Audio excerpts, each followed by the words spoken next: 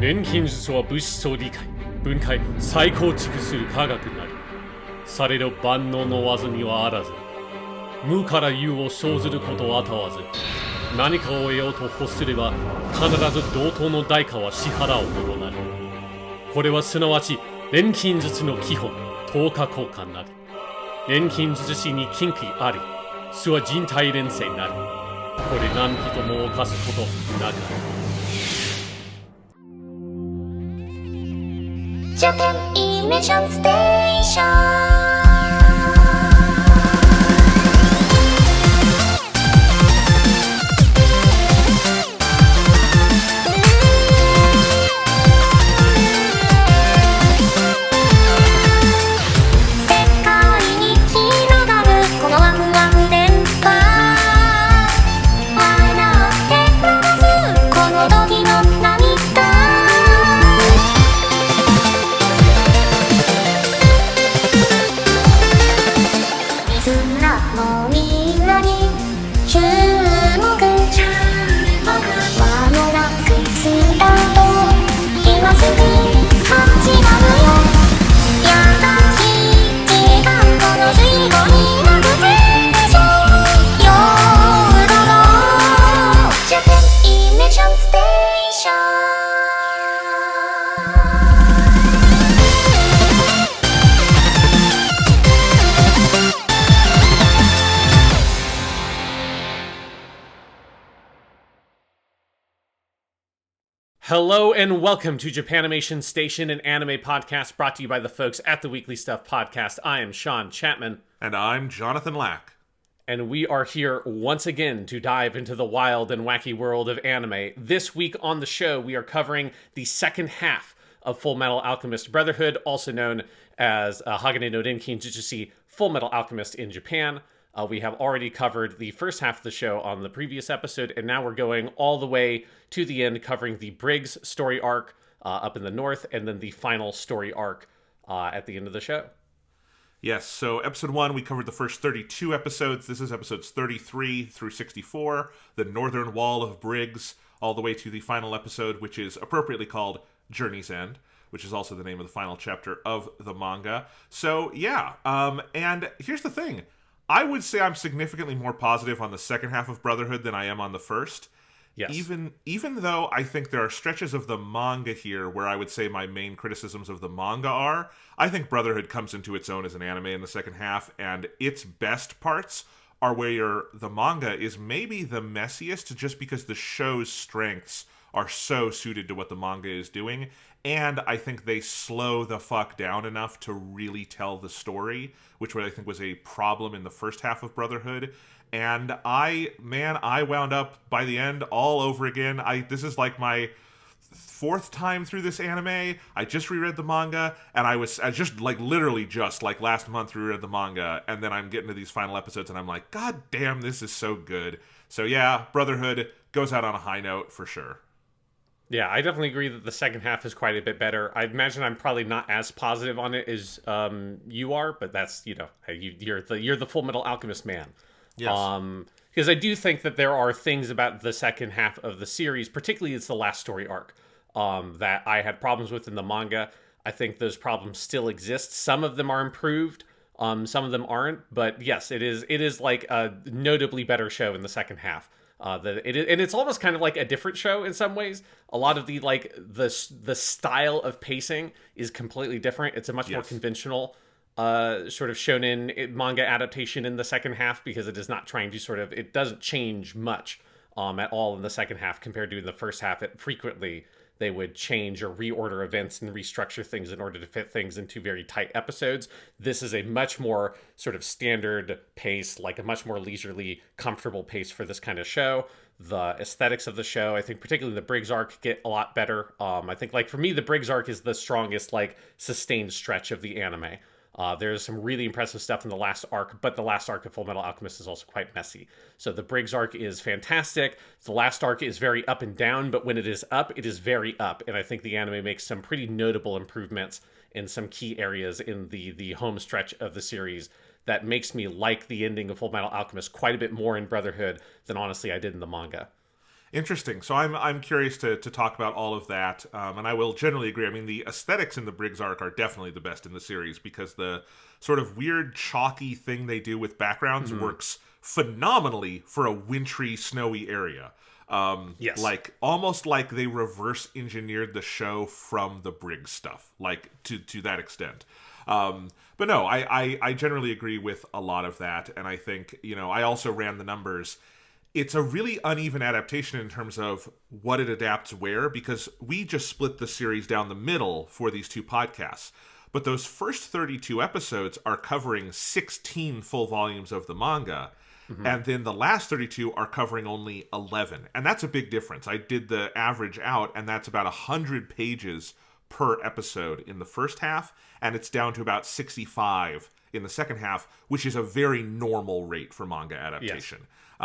That would be about a chapter and a half, given the length of Fullmetal Alchemist chapters, and that's totally normal for like a monthly manga with this kind of length. The first half is much more aberrant in terms of how fast they're adapting something. The second half, I mean, frankly, once you get into the Promised Day stuff, it feels like a pretty normal shonen anime, including having like some ups and downs.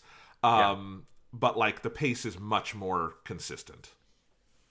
Yes, like almost in a way that there are some points in the Promised Day section where I kind of missed the weirder first half of the show where they were like, yeah, let's get crazy and like, let's just cut this shit. Let's move this over here. Let's compress it down because that last arc needs some shit cut and needs some stuff compressed. I almost wish that they went a little bit further with the last arc, but particularly for the Briggs section, that is where it feels like, okay, yeah, no, this is a shonen anime is what it very much becomes in the second half of the series. And it's interesting to see a show like make that adjustment and evolve over the course of it. Because for people, to kind of recap a little bit of what we talked about in the beginning of the last episode in terms of the production stuff, remember that this show was originally going to be 52 episodes in length. And then during production, early in production, it became clear that Arakawa was going to go longer on the manga than she had anticipated. So they tacked on another additional core to get it to a full 64 episodes to be a very rare 5-core show, which is one of the reasons why it gets to have, I think, the leisurely pace that it does have in this home stretch. You could imagine like another alternate reality version of Fullmetal Alchemist Brotherhood that did not get that additional 12 episodes and was paced the same way as that throughout the whole show, because it would have had to do the same things in the second half as it did in the first in order to fit what it does. But that does mean that like they get like this extra breathing room in the second half. And it is that second half, right? Because it does split like directly down the middle like we did, where that kind of their production blocks line up with those cores. And so this is where they get that breathing room, and they know they have that breathing room, and they're designing the show with that breathing room. So it is very much, I think it is a very clear night and day difference. As soon as you get past episode 32, the pacing of the show like very starkly changes because it's clear that they know what that plan is. Even if they don't actually know how the manga is going to end yet, they know like the target of where it's going to end much more clearly. And it's only when you start getting right down to the wire that they are working off of like unfinished versions of chapters in order to make their anime episodes, which will be interesting to talk about some of the changes that happen at the end for some characters that I wonder if like where that comes from, if that comes from this sort of like, partially done rough draft or something of equivalent manga chapters. Because the very, very ending is the most different it gets from the manga in this whole stretch. Not dramatically different, but like notably different compared to the rest of the second half, which is very, very strictly faithful to what the manga is doing. Yes, I think that's a good overall description. And I'm really curious to jump into the Promised Day stuff because I think this is going to be maybe the most interesting to talk about, but we should obviously do our due diligence with the first set of episodes here. Roughly 33 through 44-ish, or 45 is all the stuff leading up to the Promised Day, and then it starts right after that. So this is the Northern Wall of Briggs stuff. This is also one of my favorite stretches of the manga, I will say. I think it is. There's an episode called Revving at Full Throttle, but I do think Arakawa is revving at full throttle through the Briggs stuff because the previous arc where we really got into this sort of like 70s paranoid conspiracy thing just put such a good net around the characters. And then the Briggs arc is where they're having to work within those confines. And so you have Mustang doing all of his spy stuff. You have Ed and Al trying to navigate through all these new people they're meeting, some of whom They don't know how to trust their loyalties. I think the new characters who come in, particularly General Major Armstrong and the guy voiced by Kazuya Nakai, I'm forgetting his name right now. But Miles. Miles is great. You have Kimberly as sort of our main villain for this stretch of episodes. And we're up north in a very new environment with all the snow, and it looks sick. Great set of episodes, also very good in the manga. Yeah, it's very good in the manga, but this is where, I just think this is the strongest sustained stretch of the anime. It had that kind of, classic shonen anime feel to it of where I felt like I was watching episodes like I was, popping popcorn in my mouth or something, right? It's just it just Yes. goes so fast. The pacing is completely on point. The plot turns are really exciting. And yeah, it's just, there's such an injection of fresh energy into the show because it's this clear shift into a new phase of the plot where now it is fully on board of Scar and Ed and Al, and that stuff gets to come to a head, and then they get to be all on the same team. Olivia Armstrong is a really fun, interesting, charismatic character, and there's a good sort of change with, I think, your relationship with the military becomes more dynamic at this point in the show. And then there's just some really great fights, and it culminates in a really big moment that I wish had more impact in the last section of the show, but where Ed is impaled on that big piece of rebar. There's just this sense of energy and change and dynamism to this part of the plot that's really fun. And then the anime, I think, just really gets to sink its teeth into that stuff because it's got the space to play it all incredibly well, and so it just allows all those moments to breathe. You have the fight with Sloth, which I think is incredibly fun and plays off the dynamics of the characters really well.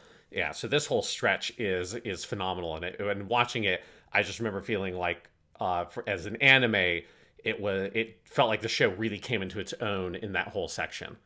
I think it's very true. I think, part of having to focus less energy on compressing and contorting the story to fit into episodes is that they have more space to be playful with the animation, let moments breathe. I think there's a lot of just slower scenes that feel more like what I enjoy from the manga, but also I just think works better as an anime here, where, you let kind of the tension play, which makes scenes like the fight with Sloth, which is one of the most creative fights in the series, really build, because it's a big bombastic moment, or the stuff that happens once you get into the sort of snowy mining town where they have the big confrontation with Kimberly and Scar.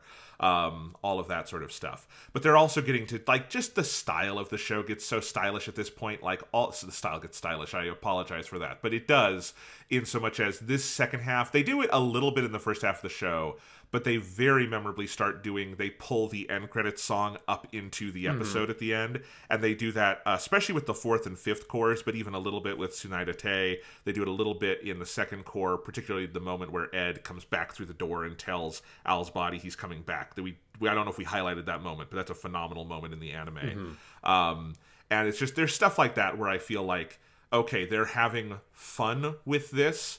And I don't know if I felt... There are really good stretches in the first half of the show. There are things particularly I think the highlight is probably Mustang killing Lust in terms of just an overall production. But there is a consistency in the second half where I feel okay, the people making this are having fun with the material in a way I don't know if I would say about the more workman-like first set of episodes. Yeah, and it's not as if it ever becomes a very sort of creative adaptation. It's still not, to me, anywhere near the level of something like the Kimetsu no Yaiba adaptation of what that adds to the source material. But yeah, but it just feels much more comfortable where it is. And yeah, there's a part of me that occasionally missed having the the thing in the first half of the show where you get a bunch of episodes that were kind of okay, but every once in a while you get this oh my god, look how cool this episode, how well they built this together and how smart the adaptation is. And that was very cool in the first half when you would get it, but it meant that the quality of the show was incredibly inconsistent in the first half. And whereas here, it has that much more sort of normal pacing of a shonen show where, if you asked me to try to describe to you where episodes began and end from memory, I would not be able to tell you. It's not a show where it's oh, this is that episode where this plot happens, and the way you have the oh, this is the episode where they do all the Rush Valley stuff. in the first half. It's like, this is the Rush Valley episode that they designed to contain the multiple different plot lines that happen in the manga. That effect is completely lost, and you can kind of miss it. But the overall effect on the show, by going for a more standard, sort of seamless, fluid pacing, and just having episodes kind of blend together. Not to say that they don't have structure, they do, but the structure's not very notable, or it's not very dominant in how you're engaging with the show, and so you just move immediately to the next episode without thinking about it. And that's what this genre is designed to do. Like, it's a very heavily serialized style of storytelling, and that's true of where it is in the manga at this point. So it fits really comfortably with the anime, and it makes it a just more engaging show to watch. Yeah. And, talking about it as an adaptation, I think there's definitely, for me, a little bit of going back to Brotherhood in a world where we've had Kimetsu no Yaiba and Jujutsu Kaisen and name your modern sort of shonen anime. It suffers a little bit, but that's not Brotherhood's fault. Like, there's just, those shows got to do 12 to 26 episode seasons where they really get to drill down and make this thing. This is a single rush of 64 episodes, made in a blitz. So it is inherently just a slightly different thing. I'm not saying it's a completely unfair comparison, because I do like imagining the UFO table version of Fullmetal Alchemist would be very enticing to me. But I will say, I think the second half of this is 100% respectable as it's a very good, I don't feel like it needs a remake or something, No. At any point. It's done very, very well. Yeah, so, and let's talk about just, when we get up to Briggs, it's one of the biggest pieces of world building and world expansion in the series. And I guess one thing I don't know if we even highlighted enough in the first episode we did, Sean, is just Arakawa's imagination is really big. I think it's something that, makes many shonen manga and anime stand out, is how sort of creative is the world building. And I think there's a reason Fullmetal Alchemist is just one of the best known examples, because it just does have a really creative, cool world that it's built.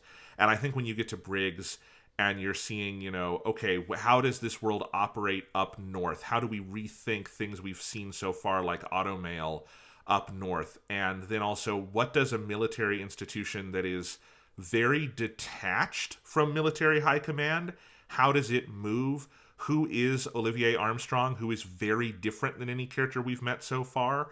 I just really love that. And of course, it mirrors Ed and Al's growth here of they're going into much more uncharted territory. And that kind of expansion just makes this such a fun stretch of the series. Yeah, and it gets you this sense of, the larger world outside of where you've been, because you've been stuck in the same, 2 or 3 locations for most of the series at this point. You've either been in the East, you've been in Central, or you have the brief, detour down more towards the South section with, Rush Valley, but you're not there for very long. And so it is one of those things where it's just a very nice change of pace. Where the whole aesthetics of the show change, the kind of some of the pacing and the structure. There's new characters that are introduced, which is the first time we've gotten a good injection of new characters in a while. Yes, and it feels like it breathes a whole new life into the show, which is very appropriate, because we are, past that midpoint where now Ed and Al understand the real scope of what is happening here, right? They've met Father. They know what the plan is, generally speaking, of what's going on. They know that this entire country has been designed purely to create a giant circle in order to perform some sort of ritual.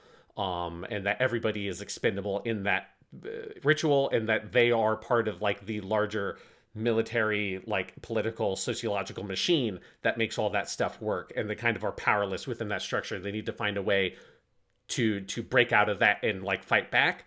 And so it's a really interesting second half of where they're kind of lost, trying to find some path forward. And going up into these snowy mountains in the north, this very brutal environment, and meeting some characters that are thriving in that environment. It's a very engaging, I think, kind of plot structure to move us towards in the second half, where the characters need to find themselves and regroup and gather together and find some kind of hope or action plan to engage with to bring us to the end of the show. Yeah, absolutely. Do you want to talk about some of the characters we meet here?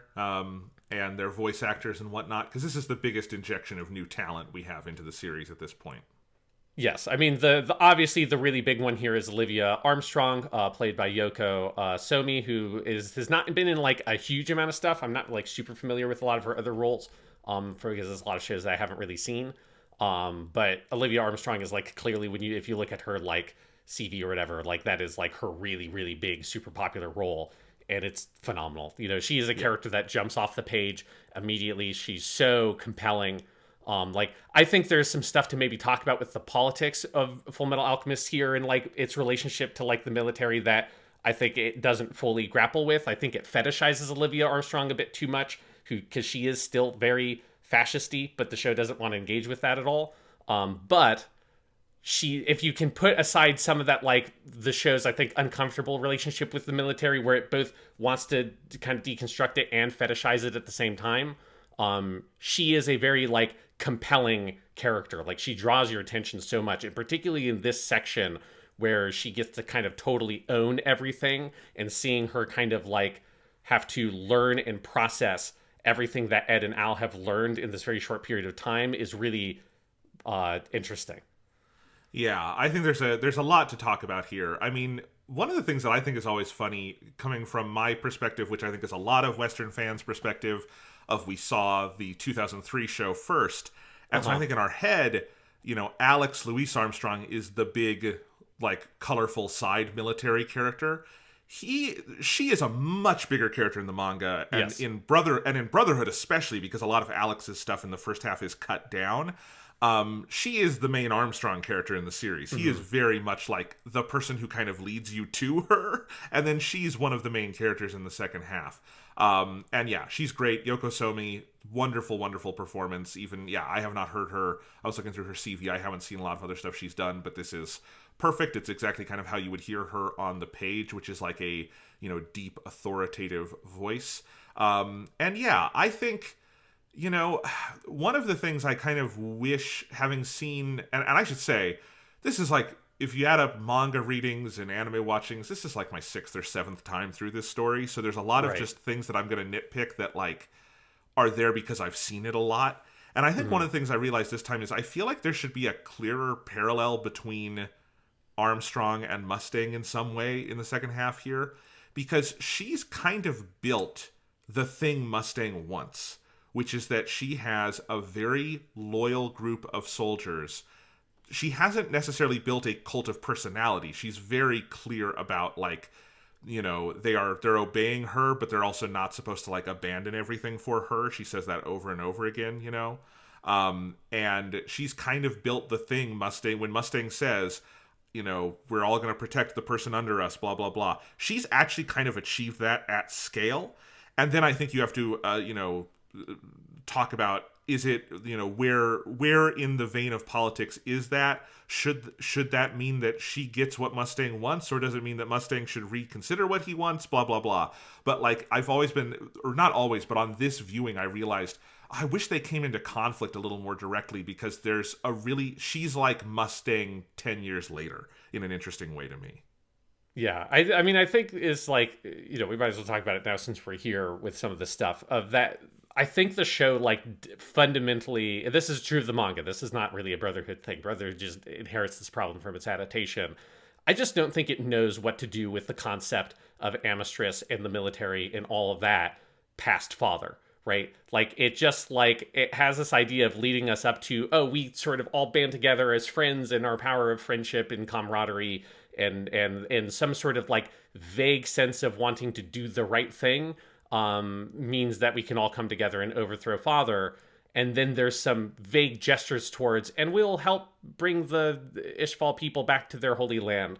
And General Grauman takes over, and I guess he'll be better, probably. I mean, he's not going to be, he's not going to try to use everybody's soul to try to become God, obviously. But there's no sense of, like, what are the politics anymore? Like, does Olivia Armstrong have an ideology of anything beyond, like, I defend the North? Like, there's I think a lack of vision there with the military characters, and I just don't think it feels like Arakawa had an idea for what are they in the world after father is gone. And because there's no idea there, both Mustang and Olivia Armstrong get completely lost in the shuffle in the ending section of the show, because they have nowhere to go. There's no real idea for how these characters conclude their story arc, because there's no vision for what are they after all of this stuff. Brotherhood when we'll get to this when we get there, definitely improves Mustang's story Yes. at the end. And I think on a micro level points him in the right direction. On the macro level, I think it still has this problem. And this is actually one place where I just do flat out think the 2003 show is better, in that it gives more thought to this. I think it is more open about the idea that this is the country, not just one bad actor at the heart of it who has to be taken out. This is a lot of what, this is why I really like that last conversation that Mustang and Ed have in the 03 show, is kind of about that. In the epilogue of the 03 show, they're very clear to say that when the Fuhrer is gone, the Democratic Assembly comes back into existence. I, for whatever reason, thought that was a detail in the manga and Brotherhood. It's not. If something like that could happen, it just doesn't on screen. And so what shape the government takes just is not a question this show answers. And, it's not the death knell of it for me. It is a shonen, show for, kids and teens at the end of the day. But there is definitely a gap because the show and the manga reach for certain political depths that then those are checks it can't quite cash.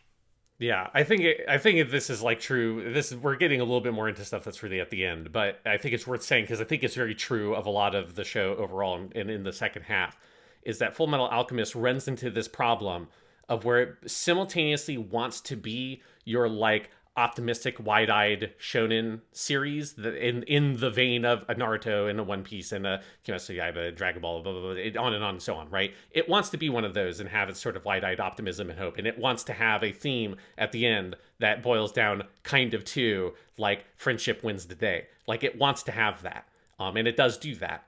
But it also aspires to having these other, political and sociological themes, and it doesn't know, I think, how to really marry those. And it's not to say that those things can't be married, but Fullmetal Alchemist doesn't know how to do it. And so it's it runs into problems that most other shows, generally speaking, like Fullmetal Alchemist, don't have this issue because they're not trying to do themes in a political or sociological dimension. All of their themes are just, emotional themes. They're all about, friendship wins the day, and it's about hard work and never giving up. And, and that's just the sphere that those shows operate in 95% of the time.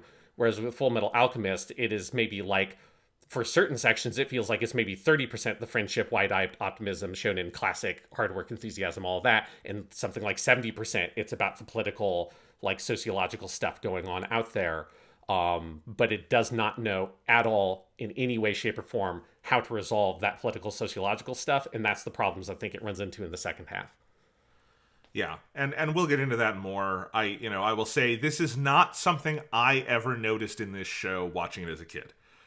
This is something that was this viewing and this reading. This is not something I would have been cognizant of. So if you're listening to this and you haven't watched the show in a while and you're going, oh, these fucking crazy woke bastards talking about the politics, it's not that we're trying to read that into everything. It's that we're older than the target audience for the show and are thinking about it. And I'm not saying the show has no responsibility to that because its target audience is younger. I think it has that responsibility because it brings up the themes. That's why we're talking about it. It's not like they completely ignore the idea of Ishval at the end here, particularly Brotherhood, but there isn't a sense of what the durable political structure of this society is so that Ishval never happens again, I guess is how I would phrase it. Well, it resolves that stuff with dialogue, that's for fair, yeah. characters that in scenes that don't have any Ishval characters in them for most of it. I mean, you've got the one with Scar and Miles, but Right. The Bane thing is a scene with Mustang and Dr. Marco, which is better in Brotherhood. But it's like the show isn't about those things at the end, right? Sure. Those are things that get resolved secondhand, more or less. And at the end, it wants to be about Ed and Al and that stuff and the friendship and getting our bodies back and believing in each other and believing in ourselves and all that kind of stuff. But it's that's not, to me, as someone who engaged this for the first time as a 29-year-old man, right? That is my perspective coming into it. That's the stuff that's not nearly as interesting to me. And so it becomes very disappointing for me. And this is true. This is my main criticism of the manga as well. Again, this is not really a Brotherhood thing. Specifically, that is the thing that I kind of came out very disappointed with Fullmetal Alchemist ultimately. Even if I think it's very good, and we'll get into the very good stuff, it has these problems, and it starts cropping up more and more as we get through the second half of the series.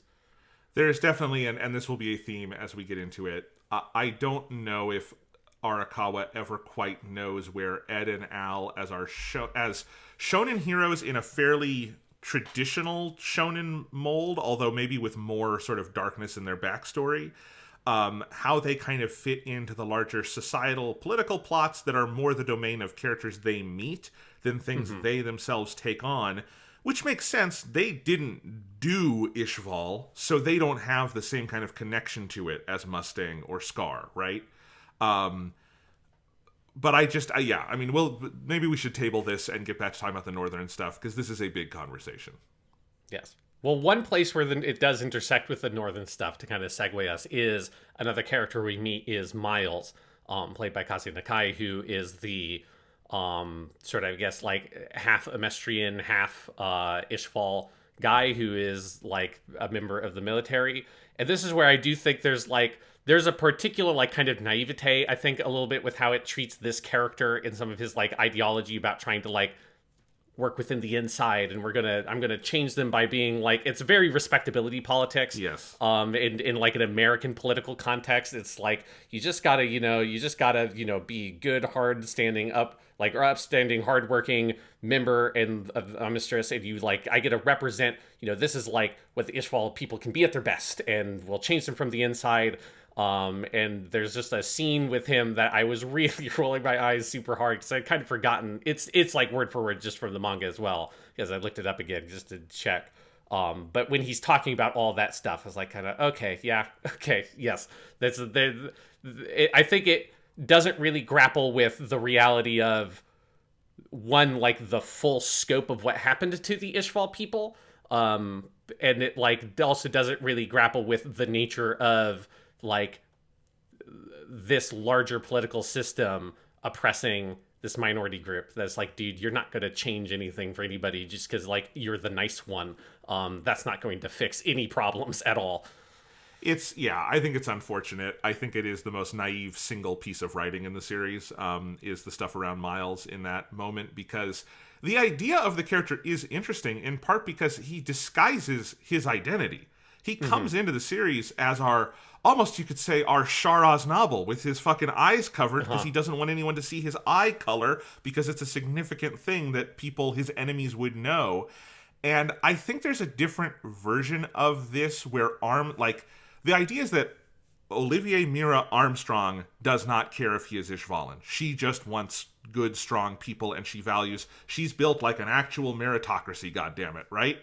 And if her goal was, and I'm going to turn the whole country into this, well, there you go. Maybe that's the kind of thing you were talking about earlier, of having an actual goal. And maybe he is there because he believes in that. But the explanation does not get that specific. It just gets to what you were saying, which is his whole thing is, I want to be the best person I can and show the Emestrians that they're wrong about Ishvalans. And of course, that's not how bigotry works. You could be the best soldier in the world and an Ishvalan, and to a bigot, you would not be worth as much fundamentally as the worst soldier who is an Emestrian, right? Yeah.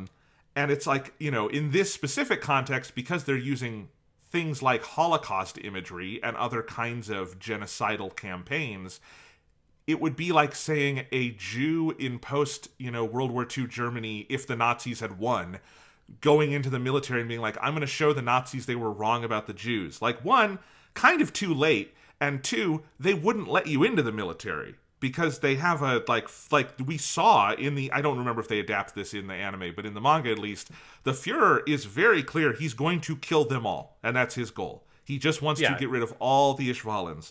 So the idea that he has to conceal his identity to be in the military, that's interesting, but then they don't go anywhere with that. Yeah, it's for it to get like, I guess, like the most clear, specific real world parallel in terms of like, this isn't how like you solve racism or whatever, is like, to the shock of nobody, electing a black president in America did not solve racism, right? It's like, it's just not how it works. And so I don't think this is like, for me, a huge criticism of Fullmetal Alchemist, because I would not really expect it to like be able to, it's a thing you see in lots of media all the time. And it's a little bit more rare in anime because anime doesn't deal with like racial themes as often as like a lot of American media does. Not to say that it shouldn't, because there is obviously still racial issues currently and historically in Japan. But like it's just not a very common theme. And so I don't think this is a huge deal, but it is one of those where I really rolled my eyes at it as an adult watching this series, being like, yeah, okay, yes, you're the. I will say the one good thing about it, the good thing, I think one like thing it does well, and I wish it had some of this framing more in this earlier part, is at the end with Miles, he does have this good line when he's talking to Scar at the very end of the series as they get set off on their journey, where he says, like, will you come with me to go, like, rebuild the Church of Ishvala and, like, come with us back to the Holy Land and all this kind of stuff. He has this line that says, like, the death of our culture is the death of our people. And I really liked that line because it felt like it was the first time they ever, like, grappled with that the scope of what happened to Ishval is... I don't want to say isn't just killing all the people, because obviously that's not it's just that kind of thing, but it is both killing all of the people and it's exterminating the culture. And it's one of the problems I had with Miles' whole perspective, and it feels like a logical inconsistency with what he's doing in the plot, is that, like, what he's advocating for at this point in Briggs is effectively an integration thing of, like, I'm going to integrate myself, and through integrating myself I'm going to, like, fight bigotry. But through that integration, that is like a tacit secession of your cultural values and your identity, and you're sacrificing some of those things in order to join this military and become one of these people. And it felt like it kind of was ignoring that it's more than killing all the people. Amistris has destroyed your architecture, it's destroyed your art, it's like trying to wipe out your language, your culture, your religion, all of those things. And then once it has successfully done that and integrated the few people left who have, some kind of roots to the Ishval people, that is when the Ishval people are dead, because what they were and their history has been destroyed. And I like that it even if it's just in a line of dialogue, I wish it was a more fully integrated piece of the plot. But to the show's credit, the series credit, because it comes from the scene is in the manga as well. It does at least bring some of that stuff in right at the end, and I wish it did it earlier. I wish it kind of grappled with that stuff earlier. I wish it was more clearly part of Miles's deal, and he had that perspective at the midpoint, or that we saw a character growth that let him see that, oh, I can't just integrate myself. I need also to embrace and, like, engage with my history and culture on my Ishvalan side as well. And if I don't, that's one of the ways that the Führer and the Amistris wins. Like, something that went deeper into it would have been great, but it does engage with that stuff sometimes. It's just not as much as you would like. Yeah, it's only bad writing if it isn't grappled with. Like, it could be very good writing if the point is Miles is naive, right? Like, you could write that well. And actually, I really like all of Miles's scenes with Scar, because I think he has a different way of seeing Scar than any of the other characters, and Scar then listens to Miles in a different way. I think Kazuya Nakai, just automatically having a voice as good as him, I think elevates Miles off the page a little bit, adds some depth to the character. But I think those scenes are great, but they're usually Miles kind of rubbing off on Scar. When they have Scar captured in the snowy mining town, and Scar realizes that there are other surviving Ishvalans who have taken different paths. It doesn't mean Scar immediately, like, signs up for the Amestrian military. I think he still disagrees with Miles's, like, specific approach, but he sees a different path there. And I wish it kind of went both ways, that, like, Scar also rubbed off a little bit on Miles. Like, maybe it wasn't the worst thing in the world to kill all those state alchemists who were genocidal maniacs. Maybe he had a point. Not that that was necessarily the right thing to do. The show does not endorse that, and Scar comes to maybe regret that as the not maybe most productive way of dealing with it. But, like, hey man, I ain't got no problem with it. You wanna kill the genocidal fucking crazy magic people? Go for it. I don't necessarily have a problem with it either. I don't think it is wrong of the show and of the character to say there are more productive, ways to use his power. Again, Scar, he can kill all the fucking genocidal maniacs he wants. He's, it maybe draw the line when it comes to the kids. Ed and Al, they didn't do anything to him. But, Oh, yeah.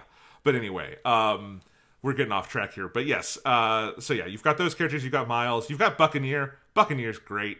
Yeah. Buccaneer gets one of the best. He and Old Man Fu together get the best death in the series. It's a fucking amazing.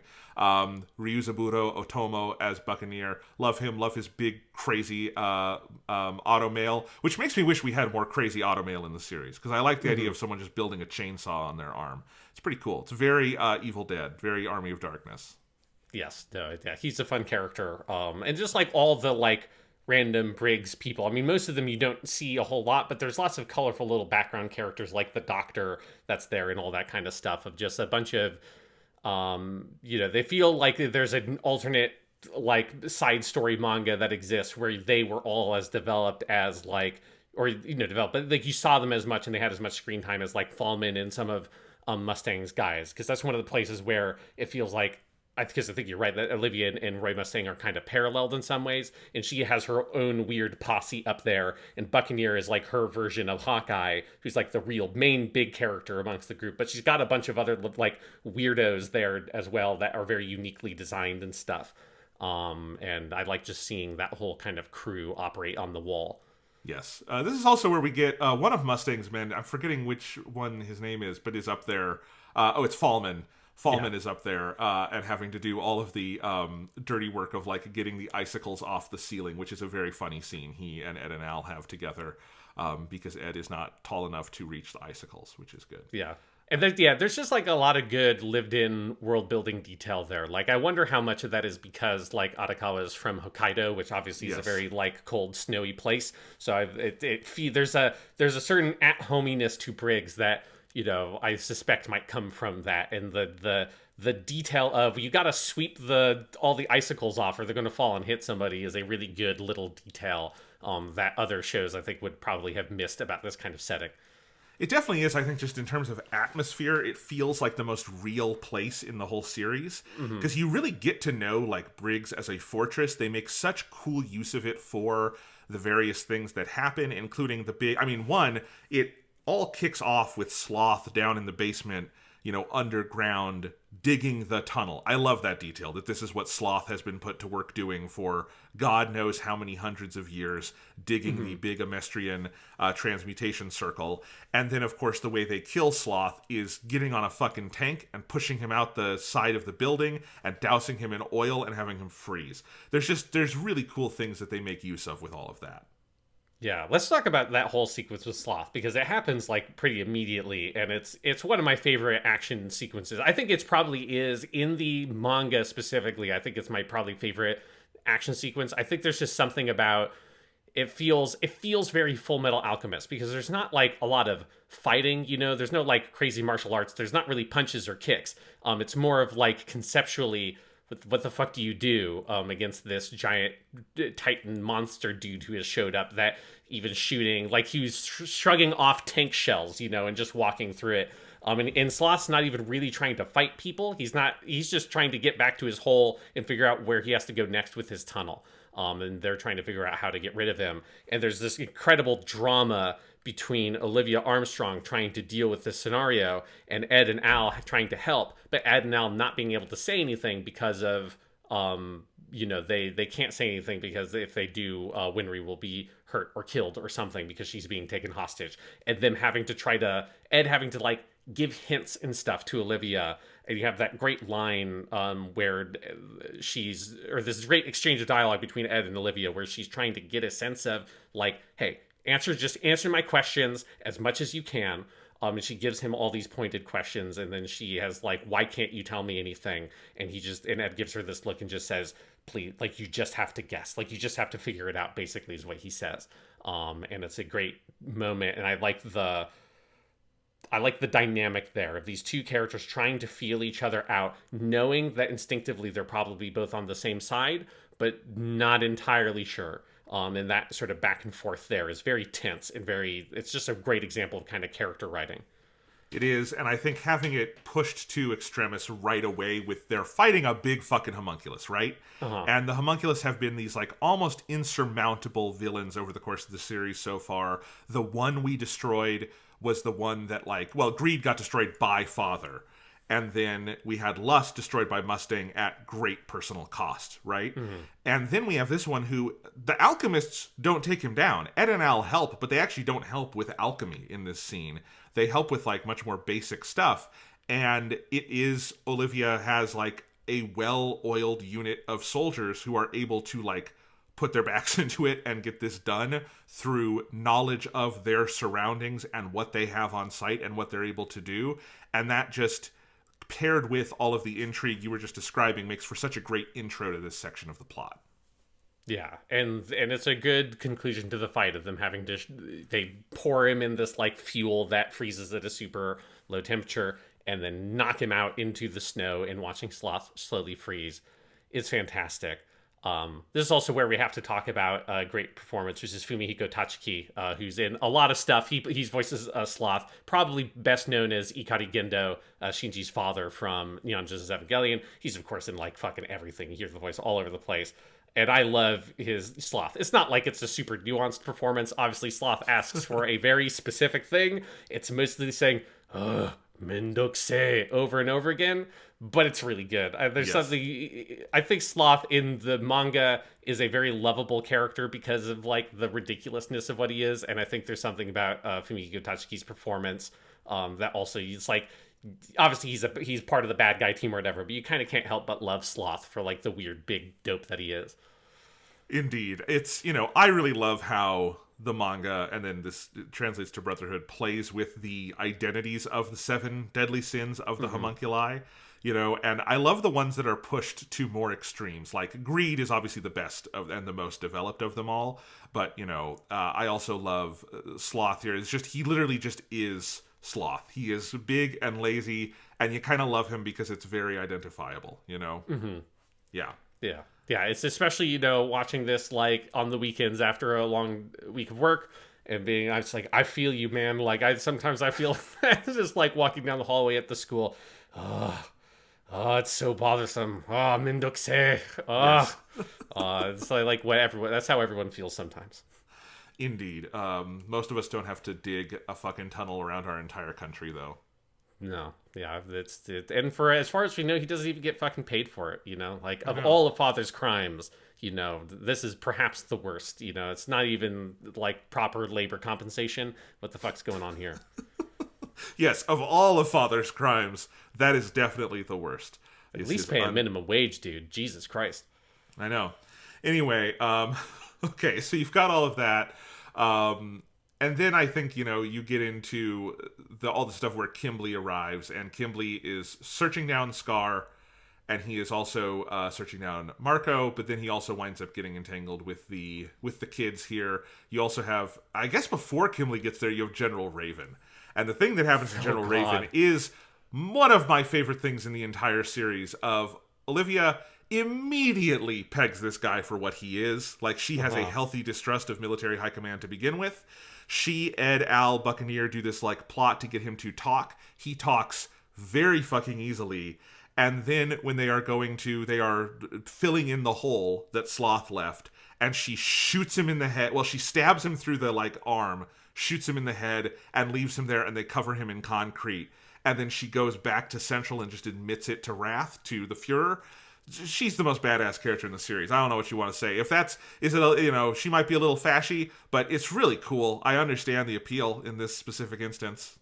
Yeah, it is a great, like, it's a scene that would not be out of place in fucking, like, Goodfellas or The Sopranos, basically. It's like the most mob hit thing you have ever fucking seen, and it's great. Yeah, her just shooting him falling in, and then she's just like, make sure you cover up that hole real clean. Yes. She, like, throws her gloves in. That's too, my favorite detail is she pulls off the bloody gloves, throws them in, and then Buccaneer has another pair of gloves at the ready for her. Yes. Which to me implies that she's done this before to some degree. Absolutely. There are other people buried under Briggs. Yeah, she has definitely, that there's going to be an archaeological dig in like 1,000 years that they're going to find a bunch of skeletons like it's under the fucking pyramids or some shit. It's great. It's great. That is one of the most fun scenes. That is true in the manga, and the anime pulls it off with aplomb. That was one of the mini scenes I was really looking forward to seeing, just because I knew, like, it's gonna be so juicy when the anime does it, and they really nailed it. They nailed it. And all of her stuff after that point where she almost has like an espionage role going into military high command among this, because this is where we learn it's not just father. There's a whole cabal of military leadership that has been promised immortality. And of course, they're all idiots. Like, Olivia's the only smart one there, because she's the only one who is smart enough to know if a big dude with powers like this is promising you immortality, he's lying, obviously.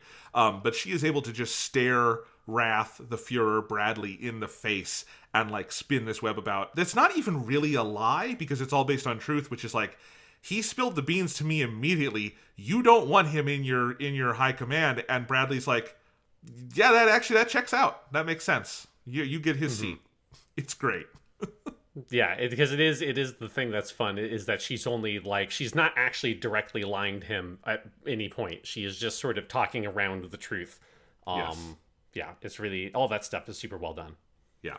Okay, but then we have Kimberly, who comes up in his fucking white suit and his white top hat, and he brings Winry with him because one messy plot point here, I think, is that Ed has had automail for a not inconsiderable amount of his life, and he literally lives with a family of automail mechanics, and his, like, best friend other than Al is an automail girl who built his fucking limbs, and he has never picked up on the fact that you can't bring automail into cold climates. I feel like there would have been, like, I don't know, like a set of literature he was given by Winry at some point, and there should be like a funny flashback to him as like a kid getting his new limbs, and Winry like, make sure you read the instructions, and he's like, no, and he throws them away, and then Al has to like chastise him in the present, because I do think it's a little weird that Ed did not know about the whole frostbite thing.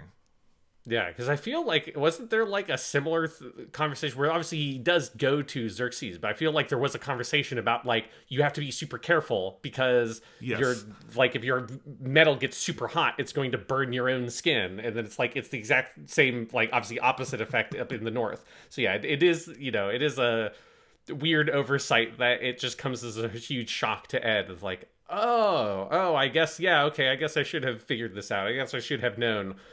He has to be sort of conveniently dumb for the whole, like, intro to Buccaneer and all that stuff to function. I mean, it's, you know, it's something that we have noted before. It is a trend in Fullmetal Alchemist that it will have kind of awkward plot junctions here or there to kind of force certain things to happen. Again, the Dr. Marco one is the most incredible of them all. But I think there's a worse one coming up. Okay, yeah. It involves Mei Chang and Envy. We'll get there. Yes. Yeah. But yes. I think, here's the thing though, my point is, I think you could turn it into a very funny joke if it was just Ed is fucking hot-headed, which is totally, like, true to his character. If, like, Winry had told him this and he wasn't listening or something, I don't know, there's a funny flashback with Chibi Ed you could do that would make me laugh very hard. Yes, it does feel like a weird oversight. But it's fine, because now you have Winry back in the story to help Ed get his new automail, but then she also becomes fairly proactive here, learning about the whole hostage situation and then starting to leverage that against them. And our main antagonist for this stretch is Solf J. Kimbley, a name worthy of Gundam. Just a great name. Truly. Yes. Truly amazing vocal performance. I really, and I have always, since I first saw this show, loved, who's the actor who plays Kimbley? I'm looking for it here. Hiroyuki Yoshino. Yes. Alleluia Aptism from Double O. And that's actually kind of funny. I recognized him as Alleluia as soon as, like, he came in, because I hadn't seen it, obviously, when I last saw Brotherhood, but this time I'm like, it's that kind of shit-eating voice that's so perfect. He's so good, and I just love Kimbley. I think he is an amazing villain. I love his, you know, he's got crazy powers, he's evil as shit, but he also wears a white suit and has a certain set of proudly evil principles. He's just a great villain. I love him. Yeah, I like him more in the anime for sure. I think the vocal performance makes him work better. I do think this is a character that kind of goes nowhere, though. I think it's like, it just feels like he does, like, you know, a very cool thing in terms of, like, it's a very dramatic moment when Ed gets impaled. But then it's just sort of like he, you know, obviously he does factor in. It's not that he's completely forgotten, but I feel like that character just sort of fades a little bit into the background, and I don't feel like Arakawa ever really knew in the bigger picture what to do with him. And that's something that I found when I read the manga, I found it disappointing. It's equally disappointing in the anime that it feels like that character just kind of fizzles out. That's fair. I think, you know, he clearly, like, I think was envisioned for this stretch of the story, and then I think there was probably a issue of planning of like what is his role after this stretch of the story, because through this stretch of the story I think he works like gangbusters. And then, you know, I do like the big kind of final, I really like the final fight with him and Al, where Al winds up beating him using the Chimera dude who rips his neck off. I mean, that's pretty fucking good. But yes, then it we'll get to that. Like, I have some issues with that fight scene, but yeah, like, I think it's just a thing of where this is, I think, a problem with Fullmetal Alchemist in general. It starts to happen here in the second half. This is a show that needs to kill off characters more frequently than it does. Yes. And that might be partially the Gundam fan in me speaking, who needs about 30 to 50% of the cast to be dead by the end of the show for me to like feel anything. But it is a thing where the show kills some notable characters early on. Like, obviously the big ones being Hughes in terms of a good guy character who's like a recurring character who gets killed, and then Lust who gets killed. And then there are almost no character deaths until the very, very end, when there's like two, and it's Fu and it's Buccaneer. And then obviously you have some of the villains get killed at the end, but all the villains get killed at the ending section. And I think if they, like, if Kimberly got offed somewhere or a little bit earlier or something, or he killed a character, if like something more dramatic were to happen, I think it would help the pacing and the structure, and it would make the ending of the show way less cluttered and more focused. But it has, the show ends up with, and the series ends up with, this huge cast of characters, about half of which there's really nothing to do with them anymore because they've served their purpose, but you didn't kill them when you had a chance. And so it's a kind of a problem it runs into. And I think Kimberly is one of those characters who, it feels like there's a lot of working backwards to figure out, there's got to be something you can use him with. It's like, this works well enough. And that's kind of how it feels like he gets used in the last stretch. I agree. And I think I agree with the criticism that not enough characters get killed off. I will say, though, that's a criticism I have with, like, 99% of, like, mainstream pop fiction. Like, Gundam, I think Gundam is a relative rarity of a long-running franchise that has some fucking balls, where this is, like, I think most Star Wars would benefit from killing more characters. There's a reason why something like Revenge of the Sith works so well, is because it goes for the goddamn jugular in a way that I think, honestly, if George Lucas and everyone involved had a rewrite, they would do in Return of the Jedi in several places, right? Like, no one honestly thinks Han should have lived through that, you know, stuff like that. I think a lot, and I don't just think this about this anime. This is a common thing in anime too, because, you grow attached to characters and you don't want to kill them. I think anime is a broad enough category that you can find lots more anime that are better about killing than you can find sort of, your homogenized American things. But again, it's just, it's so... I'm so sort of used to this. One Piece has the exact same problem, because this is the thing. When Fullmetal Alchemist wants to kill a character, it does it really well. All of the major character deaths are great. Hughes, Lust, Fu and Buccaneer, that's one of the best things in the final stretch of Fullmetal Alchemist, is their death. And this is also a criticism with One Piece. When Eiichiro Oda actually commits to killing a character on One Piece, it's amazing, and he does it beautifully. He does it way too sparingly, is the problem. And he's too precious with his characters. But again, I think that's a fairly common issue. Doesn't excuse it, but I don't know. It put it in context for me. Yeah. But I think for me, like, I think I feel it as an issue more acutely with Fullmetal Alchemist than I do for most things. Partially because it does set itself up, right? To have that be like one of the options available to it, right? There are lots of stories that don't kill any characters outside of the occasional villain. And that's probably like the most common thing, is like no character deaths at all throughout the whole show. But when you do play that card and it's like, okay, this is on the table, you can kill a notable recurring character. They do it very early with Hughes. And then also they kill off Lust. And so that shows us like, okay, we're willing to kill off our villains, because I feel it more with the villains, honestly, than anything else. It's like you've set yourself up to be a series willing to do this, and then when you don't follow through on it for the whole rest, it like, I think it's more notably a flaw here to me with Fullmetal Alchemist than other equivalent shows, and I can't speak to One Piece because I haven't seen it, but other shows where it probably would be better if they killed off more characters, but it doesn't feel like such a problem because it hasn't really set that up as an expectation of something that the show is going to do, or it's going to go to that territory. But once you've set up that expectation and you've shown you're willing to do it, then I think you have to live up to that expectation. And it's like, you've played that card's been played, it's on the field, and you have to start using it, or it nothing else rises to the dramatic stakes that we had very early on. And it hurts this whole middle section of the show where we're never getting back to the dramatic highs we had when Hughes died and Lust was killed later. And instead we keep on toying with it and then pulling back from it for a huge stretch of the show until Food and Buccaneer are killed. Yeah, that's fair. And, this is generally, I think there's sort of a view sometimes in fiction that, okay, you kill a character early on to let people know anyone could die. That only works if people do wind up dying. Yes. I don't know why this is the one coming to mind. This has nothing to do with anime. It involves a very shitty person, but Joss Whedon would always talk about this on his shows and stuff, that you would kill a character at some point to let everyone know the stakes are high. I remember this in the movie Serenity, the sequel to the Firefly show. At the beginning of the big final action sequence, they kill Wash, the Alan Tudyk character. Yeah. And the whole idea was, well, we want to express that this is going to be a very tense final act. And it is tense. My problem is Wash is the last character that dies in the movie. And it's kind of like, well, then, like, what are you establishing the tension for if you're not going to resolve the tension? And there's lots of examples, I think, like that, where you kill someone relatively expendable, but then keep everyone else on the table. Gundam does not have this problem. No.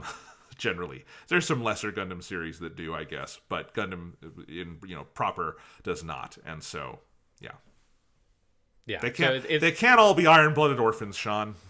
No, if only, shows were just as bloodthirsty as we need them to be. But yeah, I think the problem is particularly with the villains, that it lets the villains sort of stagnate. And this is more a problem for the next arc than it is this one. But when talking about Kimberly, it's one of the things that comes to mind for me. Because if you're narrowing your focus to just Kimberly in this section of the show, yeah, he kicks ass. Like, he is a really interesting character. They play the line really finely, and I think they do it really well, between him being just sort of dumb enough, not to say that he's dumb, but he's dumb enough to not catch on exactly to what's happening, but smart enough that eventually he can. Like, it's always, you're playing that line of like, is he going to figure out that he's being played, and when is he going to figure it out? Because obviously he does figure it out eventually, and that's what causes all the stuff that eventually gets Ed impaled.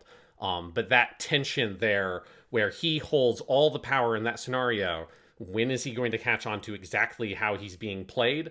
That dynamic for that whole big sequence of them in that town searching for Scar is really good. And Kimberly is like the only villain in the show that would really be able to sort of like work with that kind of dynamic. Yes.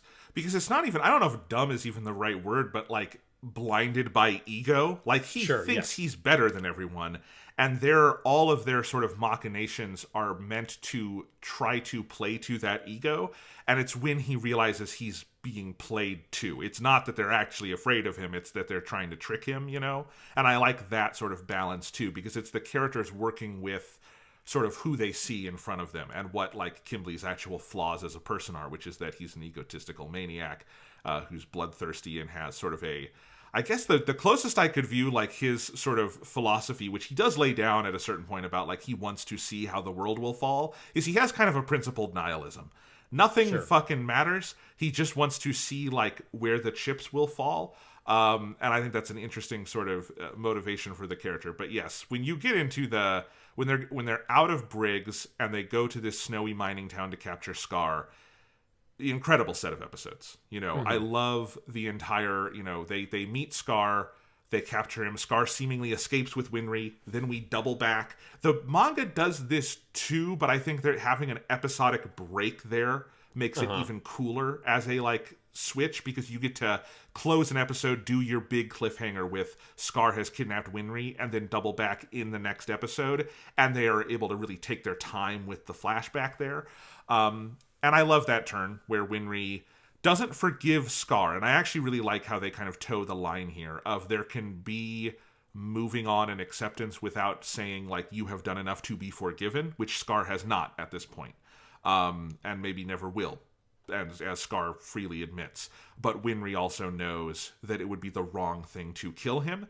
And it is, Winry is a character who is very important to Fullmetal Alchemist, because if she didn't have that point of view, Scar would be killed there by one way or another, and then the world would be lost, because Scar has a very important role to play in the end of the series, Yeah, and it's particularly as important because Scar as a character, like, right, he's a man of few words. That's like he can't very often speak at length and like sort of Yes. philosophize or whatever. He can't like it kind of ruins some of the like effectiveness of the character if he was to go and sit there and tell us all these kinds of things and learn this revelation. Because really what we're doing in that scene is we're seeing through the lens of Winry how Scar's perspective shifts because he adopts the same perspective she does just towards Amestris, right? That's like, it's not that I can forgive this nation and its military or its people for what was done and what continues to be done to the Ishval people, but I can recognize that the only productive thing to do is to target specifically the people responsible and try to affect change by attacking the top, rather than just lashing out at every single person I run into that I can put some kind of blame on, which is what he's been doing. And it's like, not to say that a lot of those, if they are similar to what we saw Roy Mustang doing, it's not as if those people don't really kind of honestly deserve to die. Like, in any context, they would be executed by a military tribunal for all the war crimes they committed, like Roy Mustang should have been at the end of the series. But like, it's not going to actually fix any of the problems he has. So it's like, not that it's a bad thing to do necessarily, depending on your moral compass, but it's not going to do the things you need to do. And learning to sort of look past that immediate need for revenge towards a higher cause, and recognizing that those people you meet along the way that you could be killing, like Roy Mustang, are more useful and effective to allow them to try to work for penance and allow them to try to do something productive if they are willing to. And so that shift in perspective is really important. And Winry is the character you need to be there for that to happen, not just for her, but also for Scar. Yes. You know, this is, I think, if we're talking about the broader, I think, political, moral philosophy of the show, I do think this is it. I do think Fullmetal Alchemist and Arakawa in her writing has, writing of the series, has a sort of restorative justice view of the world. And that is where the series kind of points its characters. And I don't think there's anything wrong with that. I that's probably where my views on a lot of things lie too. And I actually wish it vocalized it and leaned into it even more down the home stretch, because I think what they do with Scar here is beautiful, and I love that. And I love what Rinri does. And this is what I was talking about earlier with, like, saying Scar's, you know, vengeance, just blanket vengeance, wasn't productive, right? He is thinking about how to, because the view of the series, and this is the restorative justice idea, is you can do eye for an eye and just kill the people who killed your people, or you can try to, you know, come to a point where you are all working to restore as much of what was lost as is possible and make things right and better. And, you know, if Roy Mustang's ending is he has to spend his life working to better the things he worked earlier in life to ruin, I have no problem with that as an ending. Yes. And I think that is, and I think Brotherhood gets closer, not perfectly, but closer to that as Roy's ending than the manga does. And I think Scar's ending is 100% about that. You know, he's like, I'm a man who's died twice, but God has kept me alive. I'm going to do it for this reason. I find that a beautiful way of looking at the world, and I guess I just wish there was more of that. I wish there was like a more pointed, like, the people in the Amestrian military, we don't need to execute all of them, but if they're willing to go to Ishval and help build houses and shit, that is worth more than killing someone, I think. Yeah, I mean, for me, it's what I wish is that I wish that that felt like it existed in the dimension that Ed and Al operated the plot as well. Sure, Not to say sure. that it doesn't at all. It does a little bit. But particularly in the home stretch, that's one of the things that happens when they get kind of lost in the mix amongst all the other things going on, is I feel like you kind of lose that thread and that aspect of them. Because for me personally, like, my interest really in kind of like the main plot and ideas of the show peaks with Scar's fight with Wrath, because those are my two favorite characters in the series. And it's like, And it's I like a lot of fight. Yeah, and it's a great fight, and it's a great sequence, it's a great resolution, and they're two great characters. And I like a lot of the stuff that happens afterwards. But for me, like, my favorite stuff in Fullmetal Alchemist ends there.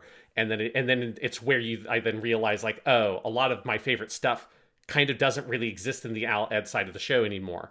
And that's, I think, part of the problem, is that it has all these great ideas that it's developing in these scenes, but Al and Ed through the series start moving further and further away from those thematic elements, and their plot kind of goes in a different direction.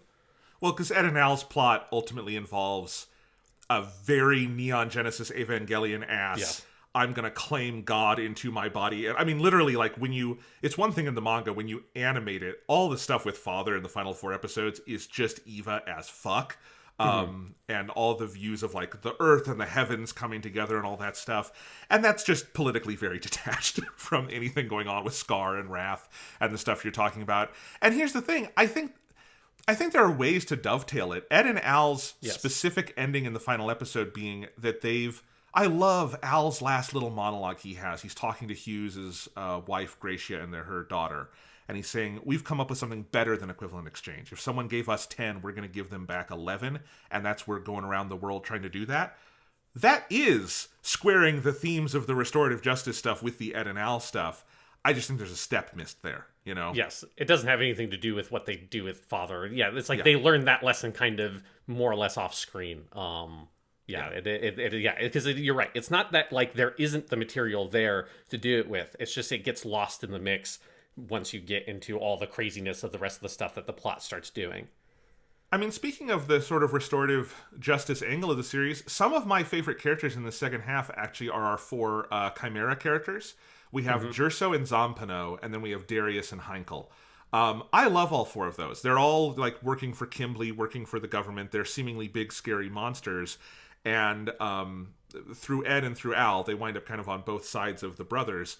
Just by meeting them and being offered like sort of grace and mercy, they decide like, this Kimberly dude sucks. Let's do something good with our lives. And they're even kind of viewing like, yeah, our Chimera bodies aren't perfect, but you know what? We're going to put them to use for this. I just love those characters. I love them all throughout. They do great stuff. The voice acting's wonderful. I think they're very in tune with, I think, the heart of this series. It's great stuff.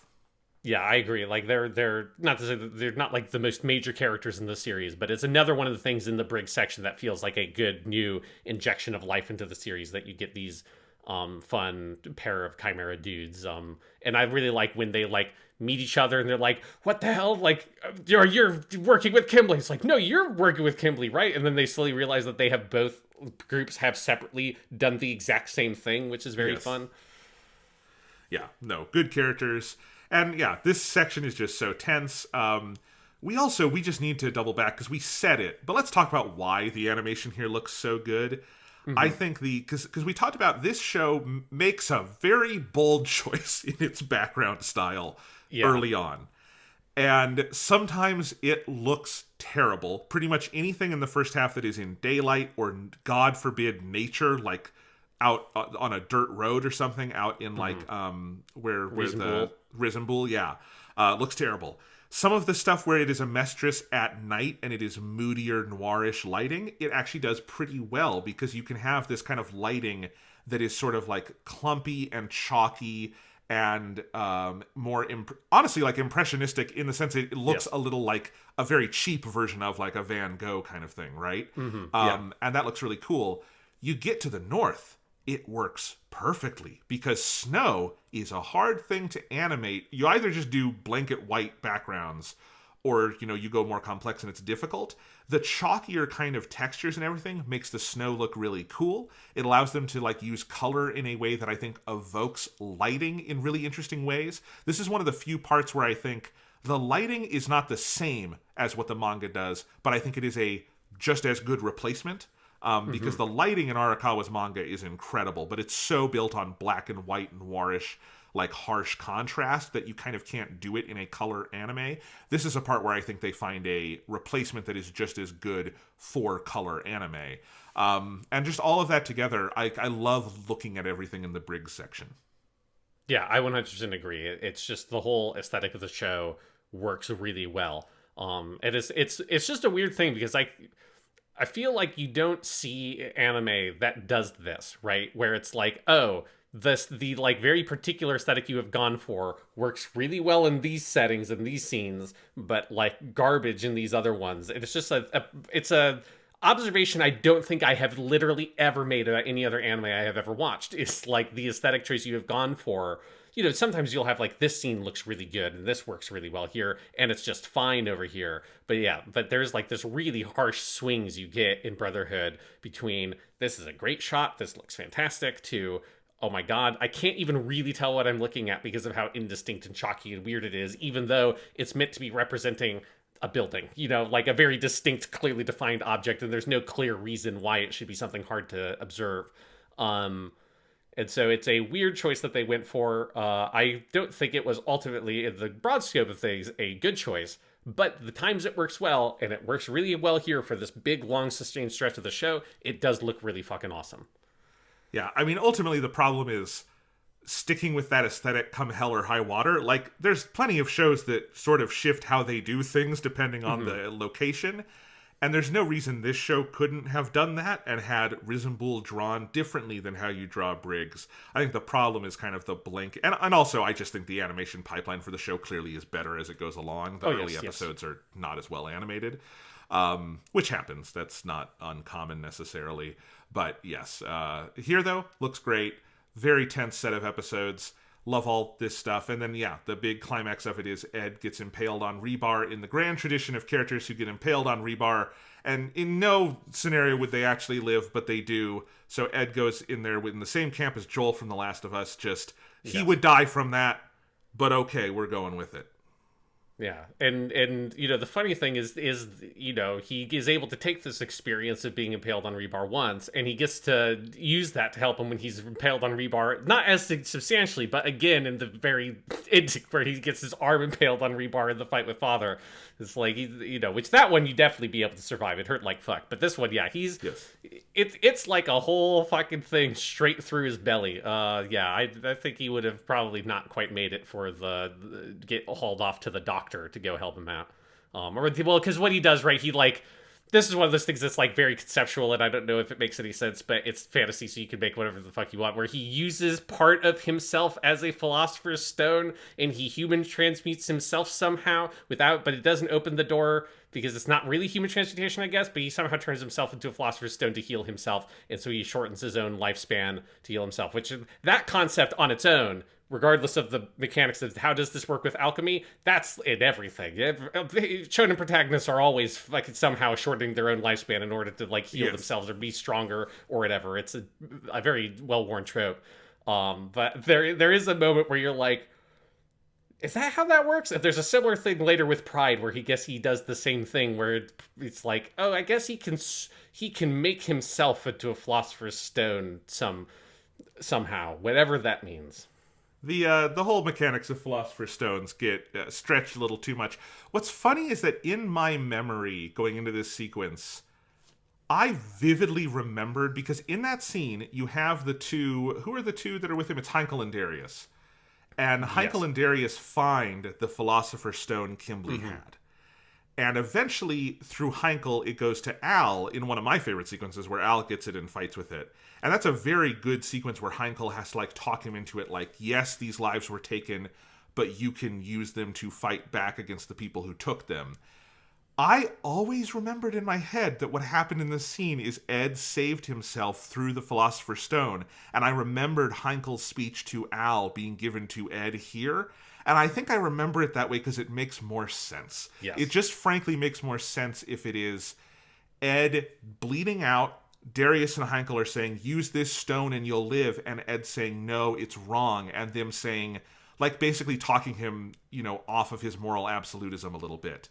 And honestly, you could still then do it with Al, because I think both characters having to make the choice parallel and separate would be interesting.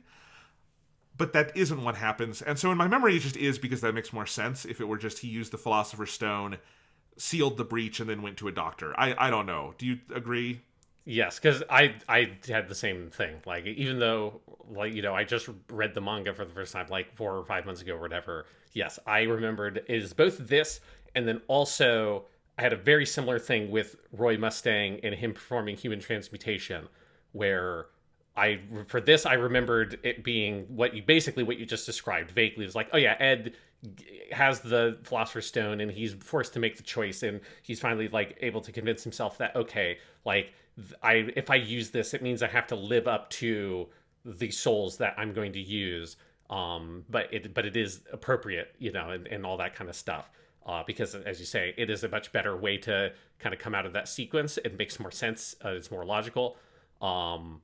And then I also remembered, like, I could have sworn to you that Roy Mustang performs human transmutation to save Hawkeye's life, and it wasn't the weird, he's forced to do it, whatever the fuck that means, however the fuck that works, thing that happens with him later on. I could have sworn to you on my fucking grave that it was a scene where he has to use it to save Hawkeye's life, because that is a much better way to do that sequence, and we don't need to get all of that yet.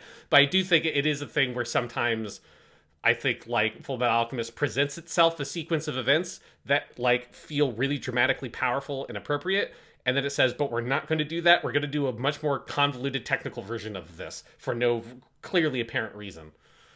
We'll get to the Roy Mustang scene. That was my exact reaction reading the manga, Yeah. I will just say. I remembered it when we got to the anime because I had just read the manga, but yes, I had that exact when I went through the manga again. To the point where I had to go check, did Brotherhood change this because my memory is different? I do not remember Gold Tooth Doctor, the worst character in Fullmetal Alchemist. Yes. Is that fair? Yeah, I mean, he's, Yeah. you know, he is not a character, he is a plot function. Yes. Yeah, but yeah, it's like, it is a thing in Fullmetal Alchemist. It's, you know, again, this is some of the same, it's the same thing, I think, generally as the, like, Dr. Marco thing. It's like in slightly different forms. I think it's, and it's, to be clear, it's also far from a unique problem to Fullmetal Alchemist. A lot of this kind of stuff is very much endemic to your weekly, or in this case monthly, manga production, particularly for something like this where Fullmetal Alchemist took effectively no breaks over the run of its serialization, where you're trying to lay the tracks of your train while your train is running full speed ahead.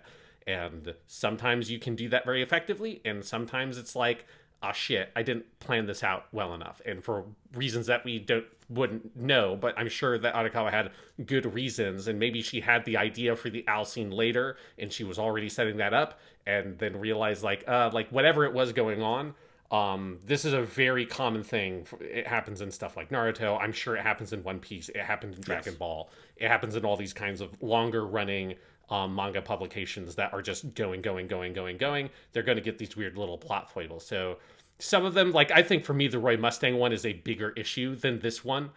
This one's like more of a, it's kind of weird, but it's not a big deal. But you do get a couple of them that are bigger issues. But this kind of one, or the Dr. Marco one from the beginning, is more, it's funny how weird it is constructed, but it's not a notable flaw, really. Let's talk about my favorite one in the series, because it comes up here pretty quick, is... So after this point, you know, Ed is impaled on rebar. He's separated. Al is off with the other group. This is also where you have Al start to have the inconvenient times when he, like, flashes to his soul and he's out of his metal body. But so he is with the other group with Scar and Winry and May, and then Marco and Yoki. Yoki. I just remember this. By the way, Yoki, that is a character I love so much more in the anime, just because Kazuki Yao just goes to town. He's so good. It's so fun. Actually, before we get into the thing you're talking about, we do, because we skipped over it, we do need to address, because you were talking a bunch of shit about this stuff in the first episode. I hadn't seen it yet, of how they integrate Yoki's backstory. I forgot. I completely forgot. I'm sorry. It's great. So much better in the anime. He is a substantially better character in the anime than the manga. Them playing this ridiculous joke about how nobody knows who the fuck he is, because if you're watching the anime, of course you have no idea who he is, because they cut out the story that he shows up in the manga. So nobody knows who he is. He has this whole big silent movie flashback where he narrates in a silent movie, right? What happened, the general plot beats of chapter 3 of Fullmetal Alchemist, all the stuff at the mining town leading up to him meeting Scar and all this, and nobody gives a fuck. Everybody ignores him. Nobody paid attention to it at all. And then past that point, he gets to do all the Yoki stuff where because he was from a mining town, which is why this information is important, he's able to help them escape. It's so good. It's very funny, and I think it works, honestly, way better in the anime than it did in the manga. I think that is a direct, because that is around the time when they would have known we're going to 5 cores. We have time now, because they build it's a solid like 5 to 10 minutes doing the stupid silent movie flashback. You missed one part of it, is they do the whole chapter 3. They also tie in the chapter, the dojin or whatever, the extra doga chapter from the manga, where you have the other Armstrong sister, because you Yes. have Yoki go to Armstrong Mansion and get kicked around by the other Armstrongs, who we did not otherwise adapt for this series. And you have all of that leading up to it, and then it's Ed and Al still not remembering or caring.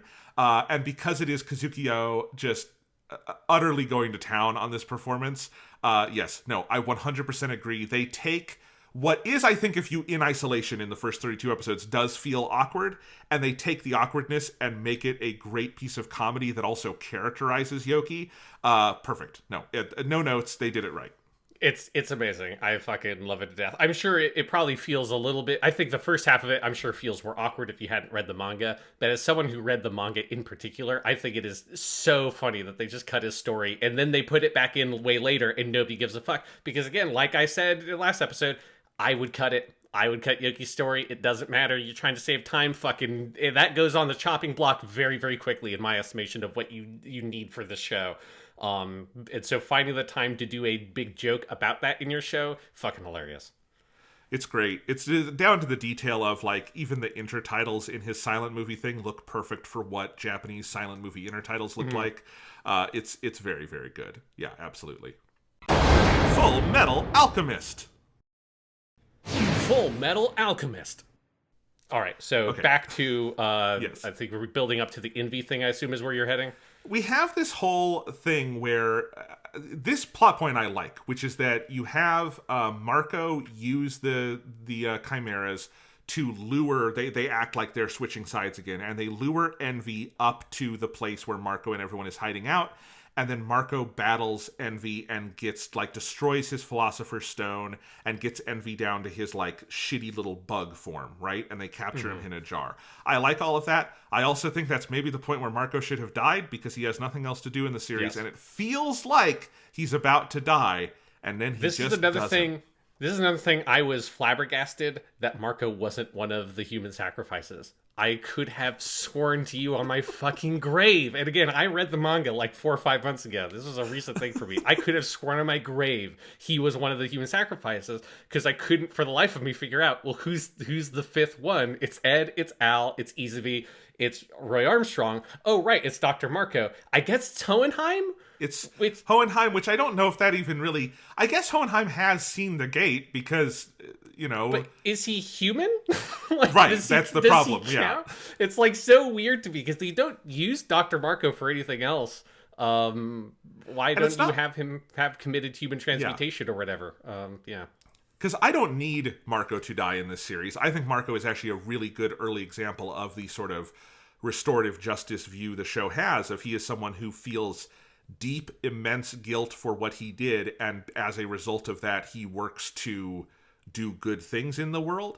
And he obviously, he lets Scar disfigure his face. He goes through all of this. He works very hard to make up for what he did. But I do think him having a heroic sacrifice there would have been a good ending, because otherwise he just kind of disappears. Yes. So, but whatever. It's still a fun scene. But what they wind up doing is they have Envy in a jar. They give the jar to May, and they say, May, you should get out of this part makes sense. They're saying, May, we love you. Get out of the country. This isn't your fight. It's going to be shitty here. Go back to Jing. You have this. Maybe this will get you in with the Emperor, and all of that. And so May tearfully leaves. Yeah, Sorry, what? I think it's probably a bad idea to give her a homunculus and just say, yes. We'll just trust this other country. You just go give this to the king of your country. Here's a homunculus. Anyways, It's maybe an incredibly bad idea. Okay, we're going off on a lot of tangents here, so let's do it. I have a whole problem with just that whole thing in general. The thing about... I love the Jing characters, I should say. I think they're great characters. Yeah. I think Lin Yao and everything with his side of the show is one of the most unimpeachably good parts of Fullmetal Alchemist. Mm-hmm. I also love May. All good stuff. But the whole idea of why the characters from Xing are here is that they are trying to find the secret of immortality to offer it to the dying emperor to win favor for their clan so they can take over. But if you give the emperor the secret to immortality, he will be the emperor forever, because he'll live forever and he'll continue being emperor. That is never sufficiently explained for me. That is a sort of little plot cul-de-sac that never at any point makes sense. and then ultimately does end with them just sending these foreigners away with a philosopher's stone, a horrible forbidden magic that no one should ever know. I really do feel like Lin's ending should be, no, I'm not taking this evil back to my country. I will find another way to become the emperor. And that is the end of it. And you could still have the same scene where he's like, and May, I'm going to take you into my family and we're going to build a better world together. I never at any point understand the logic of the Xing stuff and like how they're going to do this with the emperor. It actively disturbs me a little bit. Yeah, it is one of the places where, and you get this also with Ray Mustang's ending, how they use Philosopher's Stones there, that there's an intellectual inconsistency that occurs near the end of the series where it feels like more characters should realize maybe we shouldn't be using these, maybe immortality is bad, maybe this is part of the thing we have witnessed throughout our adventures is to let go of that kind of shit, but it just kind of paves over that. But taking a Philosopher's Stone back to the Qing Emperor is one thing. Taking Envy, the homunculus, back is a other, like, you really want to do that? You think that's a great idea? Like, it's a crazy monster that can, like, eat your soul and turn into other people, and it's like, if he gets some other souls, he's gonna start fucking shit up, which is of course what happens later. He just doesn't do it in Qing. But yes, it's like them saying, May, you should leave is fine. Them giving May Envy being like, you should take this back to your country is like, this is crazy. It is crazy, okay. But looking past that for a second, they give Envy to May. May runs off. She gets back to, it is the mining town that Yoki came from and where in the manga she's introduced. Here they rewrite it because we didn't see that scene earlier. But all the people of the town are really nice to her. And again, this is a good character beat in isolation because this is the decision May should make. She decides she cannot leave the people of Amestris who are so good to her behind, and she decides to go back to Central. The stupid part of it is you have Envy talking in her ear about maybe you can find the secret to immortality back in Central, which that alone I don't like because the point of that beat for May should be the immortality doesn't matter. It's the connection she's made that matters, which is true to what she does the rest of the series, but whatever. But the other part is they do this before the time jump. And so I guess we are led to believe that May, before the time jump, which is like 6 months or something, is in this mining town. Envy tells her to go back to Central. And I guess she just walks. And she walks pretty slow. Because when you get through the time jump and you go back to Central with Ed and Al and all our heroes, May is just arriving and she's running around looking. And it really is written like yesterday she left on this journey, not 6 months I've been traveling with Envy in a jar. That to me is the biggest plot convolution. And I can tell you exactly how it happens because I find this in my own writing just for like nonfiction essays, like academic essays, is you outline something at 30,000 feet and you connect two things and it makes sense. And then you get down to the wire and you're like, oh, that connection needs more work, but fuck, I don't have time to make that connection work. And it's the weekly, monthly serialization thing. I think in the notes, in the outlines, Arakawa knew May needs to affirmatively choose to stay and fight for her character arc, which is true. And she needs to come back to Central and not be with the group for what happens because she is there with the group with Father at the end. I don't think she, in the 30,000 foot outline, figured out how that would intersect with the incoming time jump. And so you get this really awkward thing that for me is the dumbest thing in the series, maybe, of May, I guess, just walking around camping with Envy for 6 months on her way back to Central. Maybe she gets lost. I don't know. Maybe there will be a spinoff at some point about May and Envy going on the road, solving crimes, doing work. Yeah, it's pretty ridiculous. No part of it makes any real amount of sense.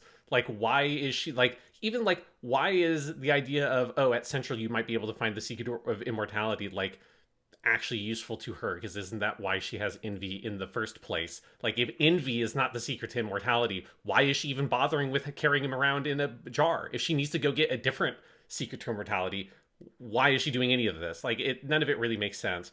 I also think there's a problem here for me with, like, Envy's role in all of this, where I think Envy is a character who's way overused for me in the show to this point where like it feels like his effectiveness gets really, or their effectiveness I should probably say, because Envy to me feels like a non-gendered character, but their effectiveness is like muddied because Envy is deployed too often, and Envy has this like kind of Saturday morning cartoon villain problem of where Envy has been foiled at every single stretch because Envy can't succeed, because for Envy to succeed a character would have to die or something dramatic would have to happen. But Envy is constantly kind of bumbling throughout most of the show. And then this is like the most dramatic one where Envy is like definitively defeated, and then we have to go defeat Envy again. And I think there is still value when we get into the next Envy scene with Roy Mustang. Like obviously there's a lot of material there that makes sense why you would want to do this, and I think there's some value with having Envy have to be like taken down multiple times. There is some value there. But I think that Fullmetal Alchemist has this kind of running problem with all of its villains, that they're all defeated, other than Father and Wrath. All the villains are like defeated basically the first time you meet them. Or in Lust isn't either, but Lust is obviously killed. And so this is more of a problem post Lust. But like Envy is constantly taken care of. Gluttony has been taken care of multiple times at this point and is not used for any particular reason. That is a character that should have been killed probably when Ed and Ling burst out of him.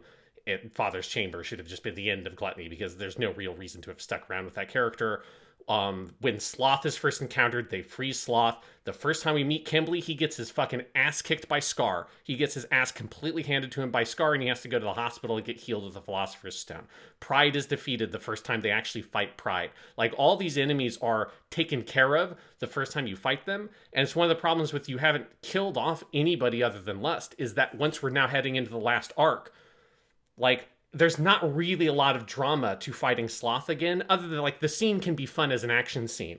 But we had a scene where we beat Sloth. We've had a scene where we beat Envy.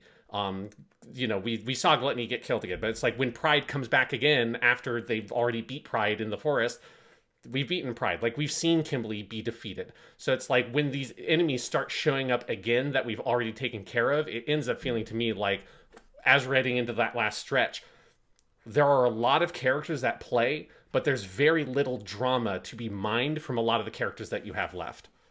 So I do broadly agree with this criticism. I think Envy is actually the one it bothers me least with, because Envy's big final scene is about how it is trivial for Mustang. Mm-hmm. Like, the point is no one is taking this all that seriously, and Mustang is doing it sadistically. And that is the drama of that scene, and Envy's humiliation is the other drama of that scene. I definitely feel this with Pride. This was reading the manga again and watching this again. I'm like, Pride gets defeated like 3 times. Yes. And I think each fight is less interesting than the one before because he just sticks around unnecessarily.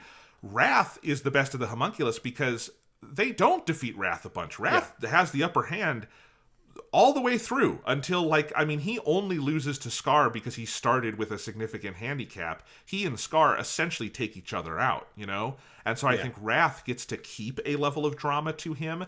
Father obviously gets to keep a level of drama to him. But yes, all of the other homunculus, the problem is, this... So Fullmetal Alchemist in the Promised Day stretch sort of is like... The one I compare it to most, because this is just a show that's done it many times because it's very long, is One Piece. It has the shape of a One Piece climax where and a lot of shonen anime do this, obviously, but I think of One Piece here, of where you break all of the characters off into your various sub-bosses and you save the hero. The hero's going to lay the last punch on the big bad, but then, you've got Zoro and Sanji are going to fight, big bads number 1 and number 2, and you've got everyone else are going to break off and do their fights.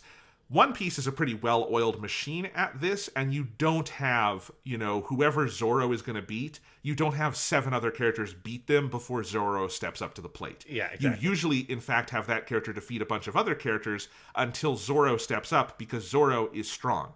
And I think that is a problem, Fullmetal Alchemist not really being a shonen battle manga. When it goes into shonen battle manga mode, it does some things very well, but I think some of that structural stuff it does not do well. Yeah, and I would agree that Envy is the character that I think this is in many ways the least important with, because it is clearly part of the point of the characters, that they're meant to be kind of pitiful and shitty. Envy's just shitty at everything that Envy does, and so Envy getting their ass kicked and that being part of the point works. So the problem is that only actually I think really effectively works narratively for me if it's contrasted with other stuff rather than, oh, but this is what the situation with all of the villains outside of Wrath and Father. So it's like when that's the same thing that's happening to Pride, it's the same thing that's happening to Sloth, it's the same thing that happened to Gluttony, it's the same thing that happened to Kimley. It's like the power of that plot beat doesn't really work for me nearly as much as it should for Envy because it's not different than what's been happening to the other characters. It's just executed well because it feels more intentional in this specific instance. But when it's juxtaposed with multiple other subplots, and by juxtapose, like directly you're cutting between multiple subplots where other characters are fighting characters you've already seen be beaten, it's like this works okay in a vacuum, but centered within the plot as it's being told, it doesn't really work that well. And I think this just leads us into talking about this whole last arc, where this is the problem with it. There are plot lines here building up to the very, very end is kind of a different conversation, the last 4 or 5 episodes. But the build up to that is like, there are some plot beats that are fucking great and they're fire. Basically anything with King Bradley, I think, is amazing. Like all the stuff with him and Ling and all that stuff works great. But then so you got a couple of those that work really well, but there's a bunch of them that only kind of work serviceably well, or I think are kind of bad. And so you're sort of juggling these pieces where, because Fullmetal Alchemist isn't really like a battle shonen thing, it's not what it's particularly great at. It hasn't set itself up to do the One Piece thing, or like obviously Naruto does that, Hunter x Hunter. It's a very standard battle shonen structure. It hasn't really sort of honed itself in that area. And so at the end, when it has to execute on that, it's like horribly inconsistent in quality between the different kind of storylines that it's juggling. And I think in the anime, it does make for a couple of episodes that I had kind of a hard time getting through because they were focusing more on the storylines that I didn't really care that much about and not so much of the ones that I did care about. And then the next episode would be, okay, now we're a little bit more in the King Bradley stuff or whatever. And I'm kind of sitting up and paying attention. But it fluctuates, in my opinion, wildly in quality episode to episode, just in terms of what's happening in the story. Yeah, so I will agree. I think The Promised Day is the most inconsistent stretch of Fullmetal Alchemist. Mm-hmm. It is uneven, and I think it is uneven in exactly the way you're describing, where I think it has some of the highest highs in all of Fullmetal Alchemist. Mm-hmm. It has some of my favorite stuff in anime is in these episodes. Like, there's just some of the King Bradley stuff. I do think the specific, like, final 4 episodes, the general set of endings for our main characters, I love all of this stuff. It's really well done. But my least favorite stuff in Fullmetal Alchemist is also in this stretch of episodes. So I hate anything to do with the stupid zombies. I think it's bad. And I think it is bad that... I guess a broader thing to step back is that Ed in particular, I feel this less with Al, because Al actually gets some cool stuff. But I think Ed gets really lost in the shuffle. And Ed is our protagonist. Ed is the one who is going to throw the final punch on Father. And I think it is always interesting to see the ways various shonen shows do the thing where the character who's going to throw the final punch can't be throwing punches all the way through, or else there's no drama. So, Dragon Ball, I think, literalizes this in a very fun way, where, like, the Vegeta saga, everyone's going full bore against the Saiyans. What's Goku doing? He's running back on Snake Road. He's trying to get there as fast as he can, and it's really dramatic. And I don't think Dragon Ball ever does it that well again, but I think it also works in the Frieza saga of he's coming from Earth to space. He gets there, and then he gets beat up, and then he's in a healing tank. This is the kind of thing that Dragon Ball will do. One Piece has all sorts of ways it does this. I will say the Wano arc recently finished in One Piece. I think the Wano arc gets clumsy at a couple of moments, having to keep Luffy from winning. But I think there are other One Piece arcs where they do it beautifully and perfectly. It definitely varies. And I'm sure Naruto and everyone else has done this. Yes. Of Naruto has to throw the final punch. How do you keep him out of the fray while keeping the sense that the center of gravity is Naruto as a thing? And that is the question. How do you keep Luffy the center of gravity in One Piece? I think One Piece is generally very, very good at that. I think Fullmetal Alchemist has a real problem in the final set of volumes of... And again, when you get to the end, the center of gravity comes back to Ed and it works for me. But I just think Ed they don't give him something specific to do that isn't fighting that keeps him significant. And so most of his stuff is he's fighting The dumb zombies I don't care about, and then he's fighting the other set of dumb zombies, which are the Wrath clones, the other versions of who became Wrath, the Gold Tooth Doctor's men. And that's just a boring use of Ed. Al at least he is left behind with pride in the dome that they've created, which is and that's something that Al chose to do. This was his plan. And then when that breaks down, Al has the big fight. There's cool stuff going on over there. I feel it most acutely with Ed. So I don't like that. I don't like Gold Tooth Doctor. I think Olivia Armstrong is kind of wasted here. I think her and Alex's fight with Pride or with Sloth is good, but way too long. I wish it was like half as long. So yeah, it's up and down. But when it's up, it's very high. It's just when it's low, you're right, it is inconsistent. And I think I felt it shone less episode to episode in the anime than more of a scene to scene thing, because it's very much intercut. All of it is parallel, and we're going in between stories. Yeah, I can't remember which episode it was. I'm trying to look at the episode descriptions to figure it out, and it's very hard because all this stuff bleeds together immediately. But there was one episode in this stretch where I think it's maybe the one after the zombies get out. I can't remember. I mean, the zombies were definitely in play at that point. But it was one where I could have, because I literally stopped the episode at 20 minutes to check.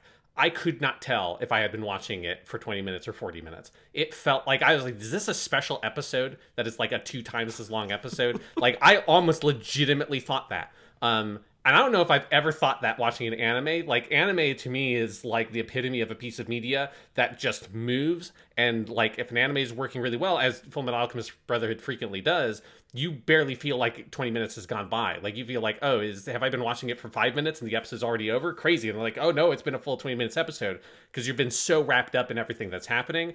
And I had a really harsh opposite version of that, where I was just will this episode ever fucking end? And it's because I think it's just everything that's happening is so disconnected. I think that's also part of the problem, is that it's hard to see really how, for instance, the Al stuff. I think Al's fight with Pride, and then when Kimberly comes in, is one of the best fights just in terms of choreography, because it means that Al gets to do a lot of cool stuff with the Philosopher's Stone. But it feels totally pointless.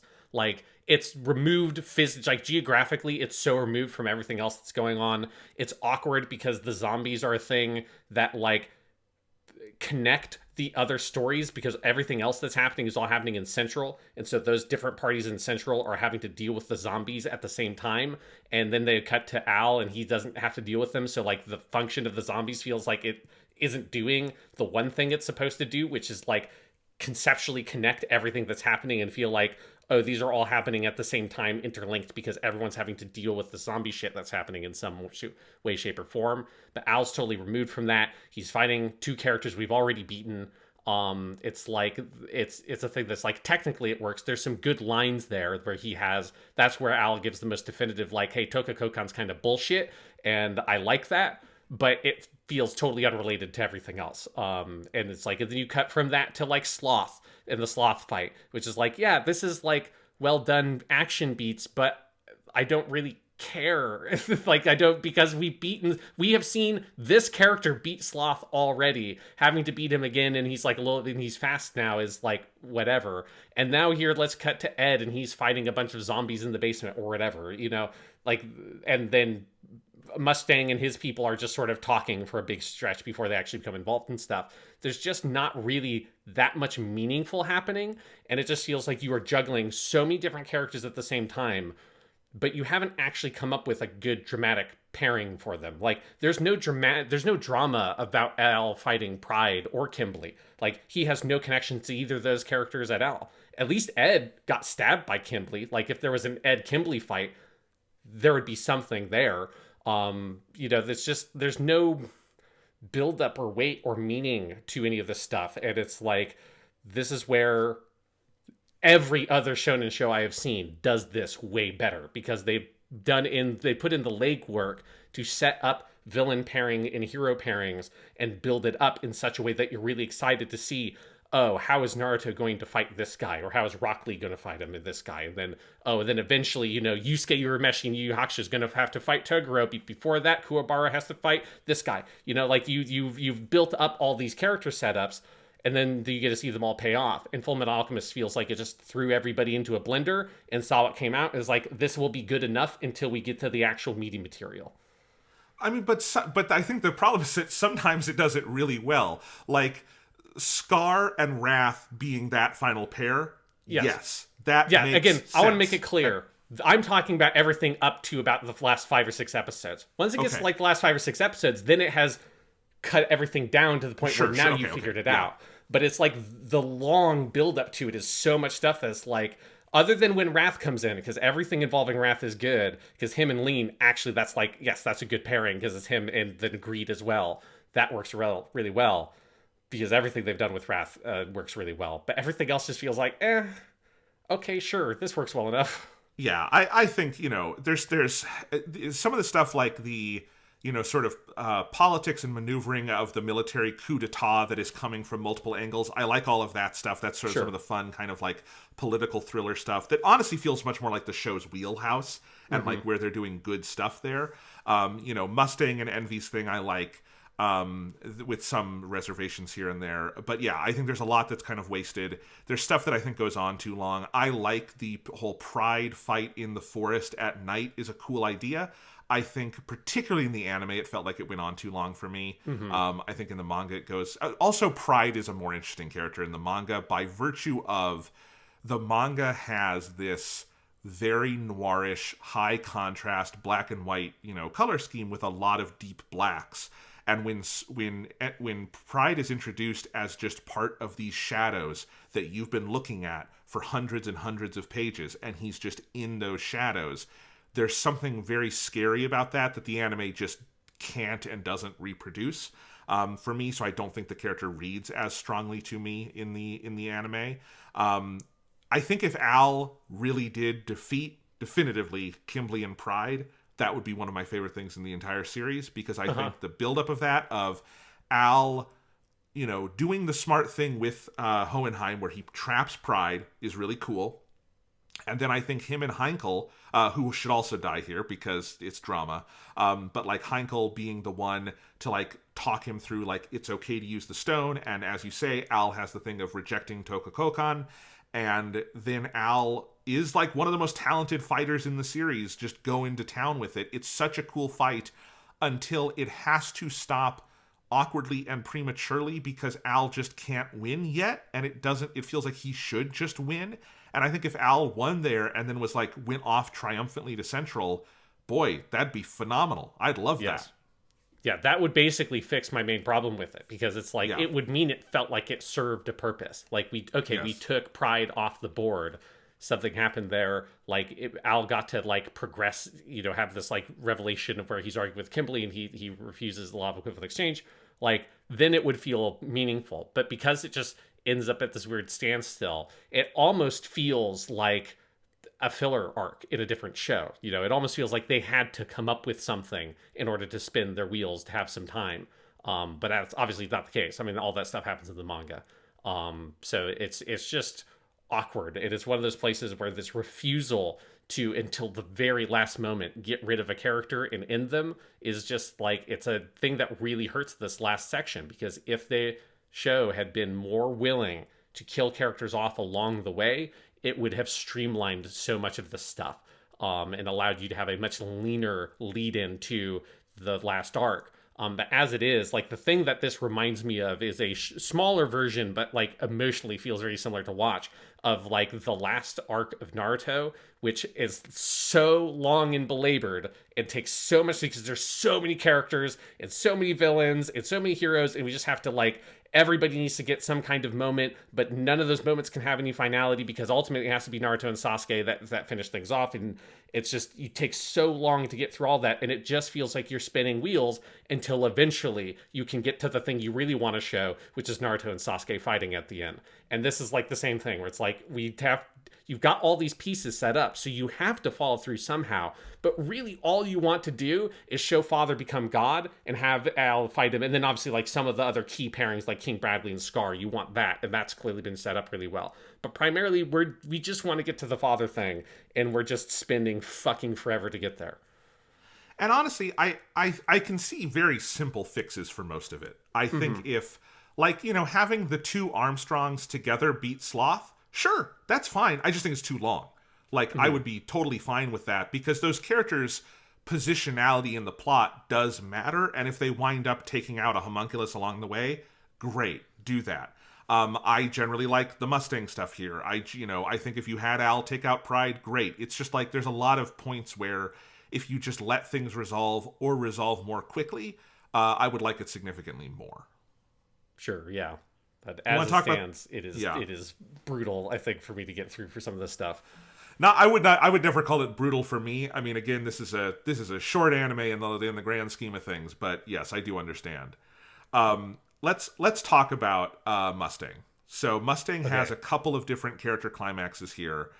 I think the biggest, most dramatic Mustang thing, which is his killing Envy and Ed and Hawkeye and Scar actually having to talk him down off the revenge cliff.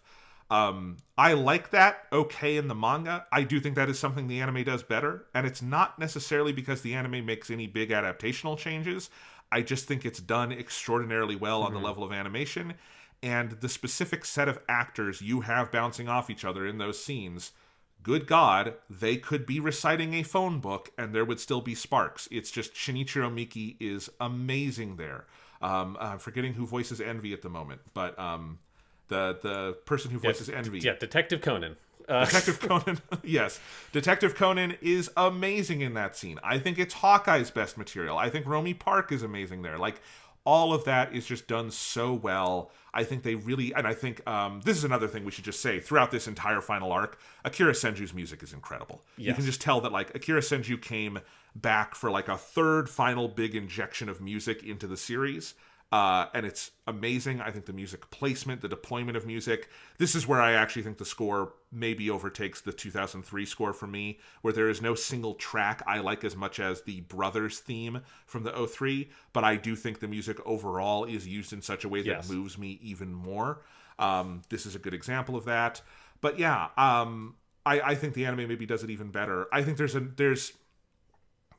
a lot to talk about here with Mustang's, overall ending, and I want to hear your thoughts on this because you were previewing thoughts last time, Sean. I guess my issue looking at it again is that I think I like this thing, but I do feel like Mustang's climax, like him having sort of violence and revenge in himself, is something to talk about and resolve, but I think it is too detached from his actual tragic character flaw, which is that he committed genocide. Yeah, so I think it's a thing where, one, I'll definitely agree with you that I think the anime does it better, just in the sense of, like, the production of the anime is so good, and I think so much of this sequence relies on the voice actor performances to be at this, like, caliber to, like, really kind of sell the material, partially because I don't think all the setup has been done as thoroughly as should be done, but it's just, like, yes, obviously Roy Mustang wants revenge for Hughes, but when it comes up here, it feels like, oh, we haven't thought about that in a very long time at this point. So it feels like there could have been something more to kind of help build exactly to this point where he kind of explodes. But I think that's one of the things that the voice acting and stuff is able to sort of help smooth some of that over, because this is a problem with almost everything going on in the last stretch. There's so many things happening that when you build to one of these big moments, it feels like it's been diluted because the focus has been lost on everything because there's too much stuff going on and it doesn't really have a clear thread on the overall thrust of the story. But here, that stuff is handled better. But I do think everything is sort of weighed down by the fact that I don't think there's a clear idea of really what are you doing with Roy Mustang? Like, what's the point of him? And the fact that it doesn't tie nothing in that Envy scene is tied in any way to the Ishval extermination, even though Scar is also standing right there, and Envy is the person who set off that war. He's the one who turned into an officer and shot that kid, and that doesn't come up again, which is weird to me. In that scene, that it's not addressed. Like, Scar doesn't say it, Ed doesn't say it. It like, the biggest sin it seems that the show believes that Envy committed is killing Hughes, because that's the thing that matters to Roy Mustang. But I think part of the problem is that, like, Roy needs to have a bigger perspective on things, because also Hughes was also a participant in that war. Hughes also committed war crimes. He's responsible for the deaths of hundreds, if not thousands, of innocent people as like a high-ranking officer, relatively high-ranking officer in the war. And like there's a lot more layers that feels like could be extracted from the what's going on here with the characters that are there and what we know about them and the backstory and everything. And the show goes for like the most surface level. He killed Hughes. I want to get revenge for Hughes, but getting revenge is bad. But it does it in the very like shonen. It says it's like that kind of confusing way where it's like, no, you can't kill Envy because you killing Envy would be bad. But don't worry, Hawkeye, I will kill him for you instead. It was just like a really confusing mix. That's like, but if you do it, you're doing it out of revenge. If I do it, I'm doing it out of a sense of duty, I guess, and that's like inherently better. And it's like I get what it's doing. I've seen anime before, but it's a little bit of an eye roll for me on like the reasoning of that kind of stuff. But I think the other big problem here is that this is followed by the very next thing that happens in Roy Mustang's storyline is that he has to commit human transmutation for the rest of the plot to happen. And here you have this thing where he's on the border of making what other characters recognize as like a big mistake. And then they talk him down from making that mistake. And so then you have to, after that, come up with some way that he commits human transmutation. I think it would have been so much better if you let him do something here where he has gone too far. He's let himself be blinded, in this moment figuratively, with vengeance and a need for violence and to exact violence on Envy. And because he has been blinded by that, he goes too far and something happens that then causes him to have to do human transmutation. And that would, for me, it would be like the connected to the Hawkeye stuff. He has to save her life somehow by committing human transmutation. And so if you actually let Roy Mustang make a fucking mistake and like actually commit a mistake rather than go up to the edge of making a mistake, which the show just feels like it never really wants him to be able to do, and then make him pay for it, and then it gives him something to do in the last stretch of the show where, oh, him doing human transmutation should be something that in some way is his fault. The way it is the fault of all the other characters that have done human transmutation have done it because it's an extension of some sort of character fault they have, their arrogance or something like that.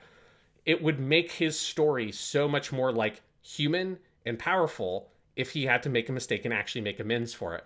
But it feels like Arakawa bends over backwards to construct the plot such that Roy Mustang isn't really at fault for anything that happens. And he goes to the edge of doing something that the anime or the manga says would be morally bad, but he never actually has to commit it.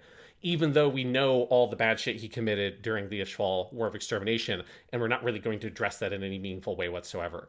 And so it's so, like, treats him with the kid gloves on to such an absurd extent that, like, it kind of ruins a lot of these plot beats for me, because it feels like you're not really willing to commit to anything with this character. You're only willing to flirt around the edges of it, and particularly on watching it, now that I know that that's the story, so this is not me saying watching it because it's an anime, more me experiencing the story for a second time so I know where the plot is going, it reads even worse for me because I know that this isn't going anywhere. And so it's like momentarily the scenes are well played, they're well acted, they're well animated, but I think in the broader narrative context, there's nothing actually interesting being played out in any of these moments. I think I agree, and I think what's disappointing is that the material is so clearly there, you just have to push it a little further. Like, I think the idea of Mustang going too far with Envy, there's a couple of different ways you could push that. I think one of the things you just suggested is a really interesting idea. Like, what if his fucking Flames of Vengeance accidentally burn Hawkeye half to death, and he has to human transmute her without anyone's prompting to fix an error he made, right?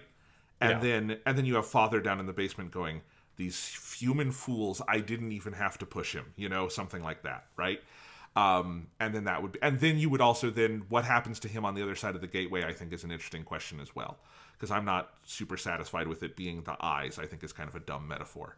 But in that instance, it would have worked perfectly. Like, if that's what it did, the eyes as the metaphor would work great. It would, again, he's literally blinded by rage. He hurts Hawkeye, who is the eye lady. Like, he loses sight of himself. In that instance, it would work great. But I agree with you. Like, what actually happens, the eyes feel like a cop out or something. It's like not really an interesting answer to Yeah. what he has to lose.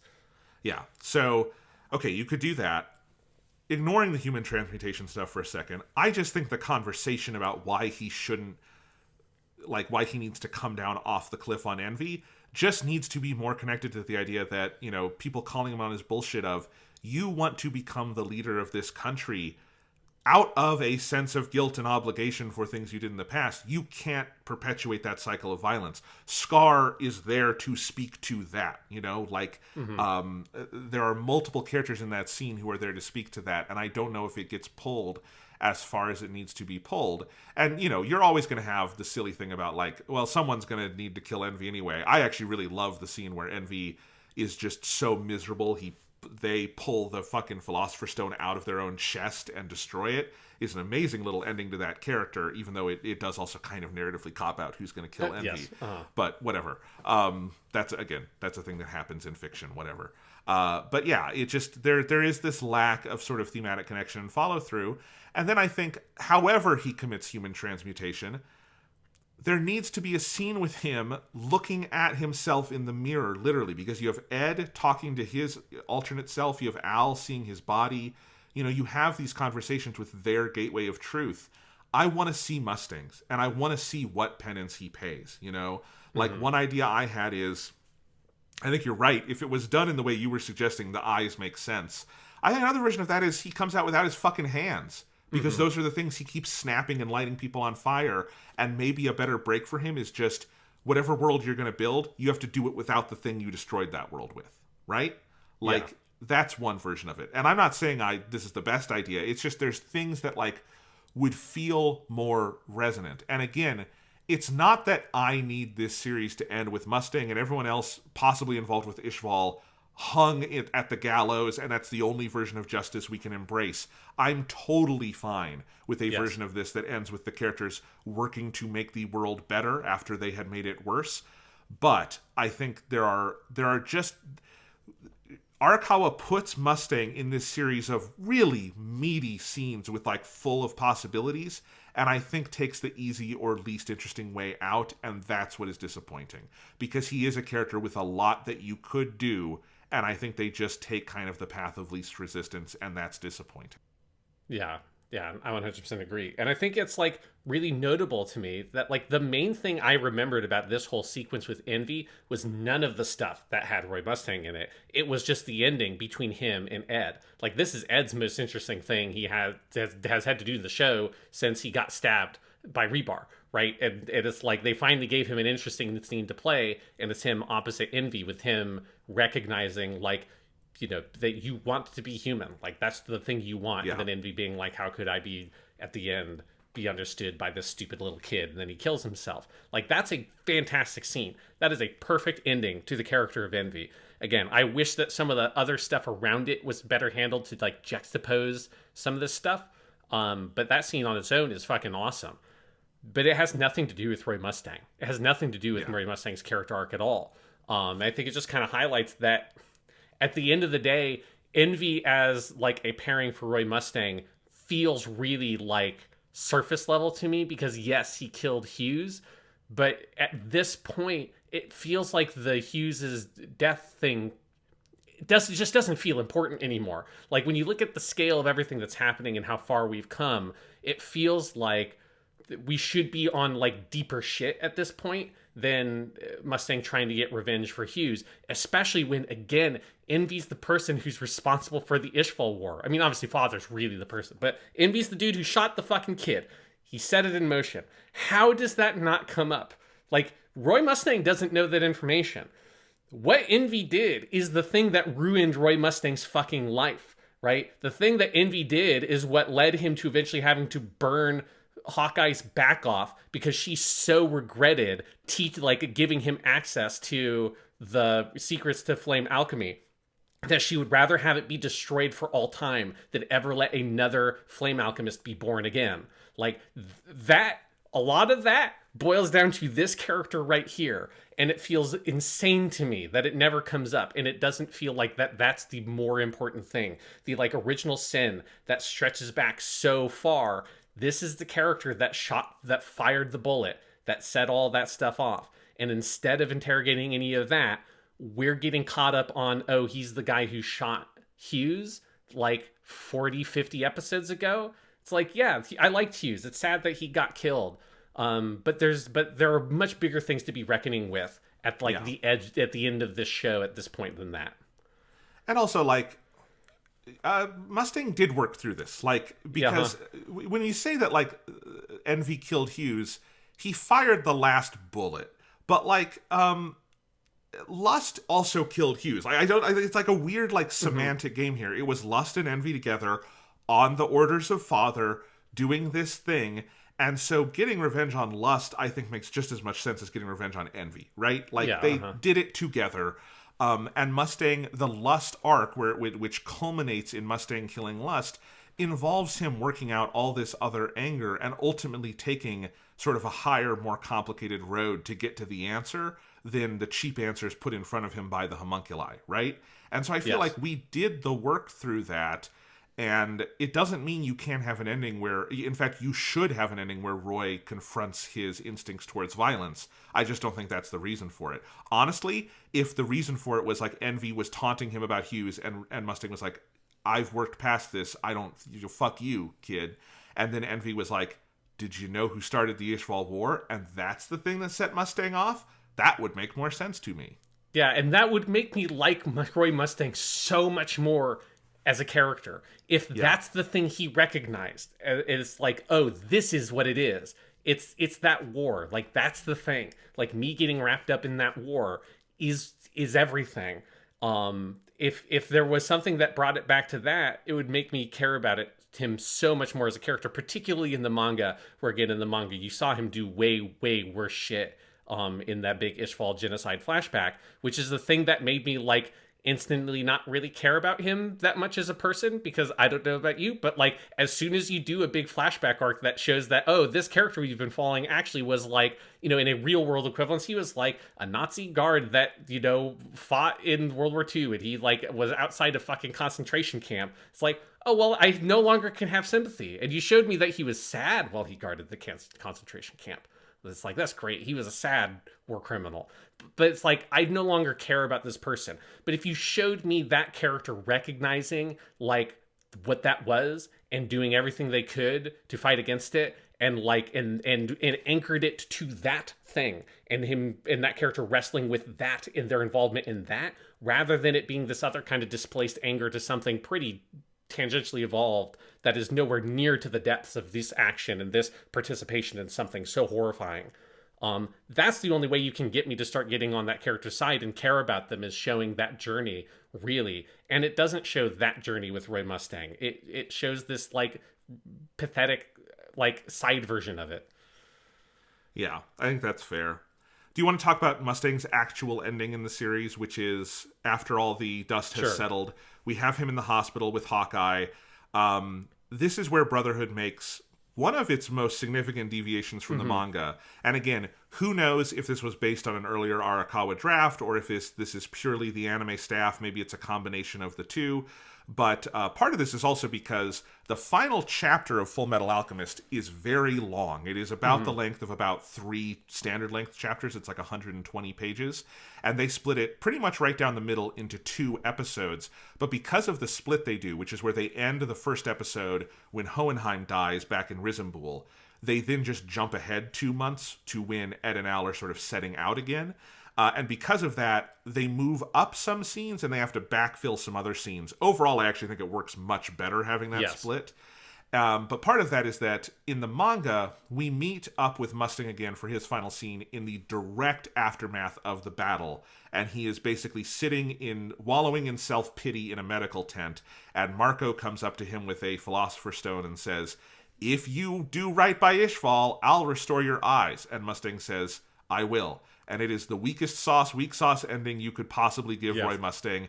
I distinctly remembered it being different from the anime, because I'm like, the anime didn't make me angry here. This made me angry. This is a bad ending for Roy Mustang. I mean, in the manga, like, Marco's literally, like, begging him with tears in his eyes, because it's like, you go and, like, it's all the stuff that they do have, like, they have equivalent lines, but they give them different characters in the anime about, like, you need to go, like, change the whatever, like the Ishval replacement plan or whatever, and get them out of the slums and allow them to return to their holy lands. And then in the manga, Marco has another line with this, like, what is a very powerful panel for Marco as a character, but Marco has been a non-entity for so long, it feels weird that we're spending this much energy for him in this scene and not Roy Mustang, where he's like, and you have to let me work there as a doctor so I can make up for everything that I have done. And then Roy Mustang's like, okay, I will do this. And that's just like, it's weird because in the manga, it feels like the whole scene is really about Dr. Marco. And Roy Mustang is like a side thought. And it's a really weird perspective because it's just so backwards. The anime, this is like a huge improvement. It doesn't fix everything. It introduces one detail that I think kind of is a weird thing that I don't think they should have added.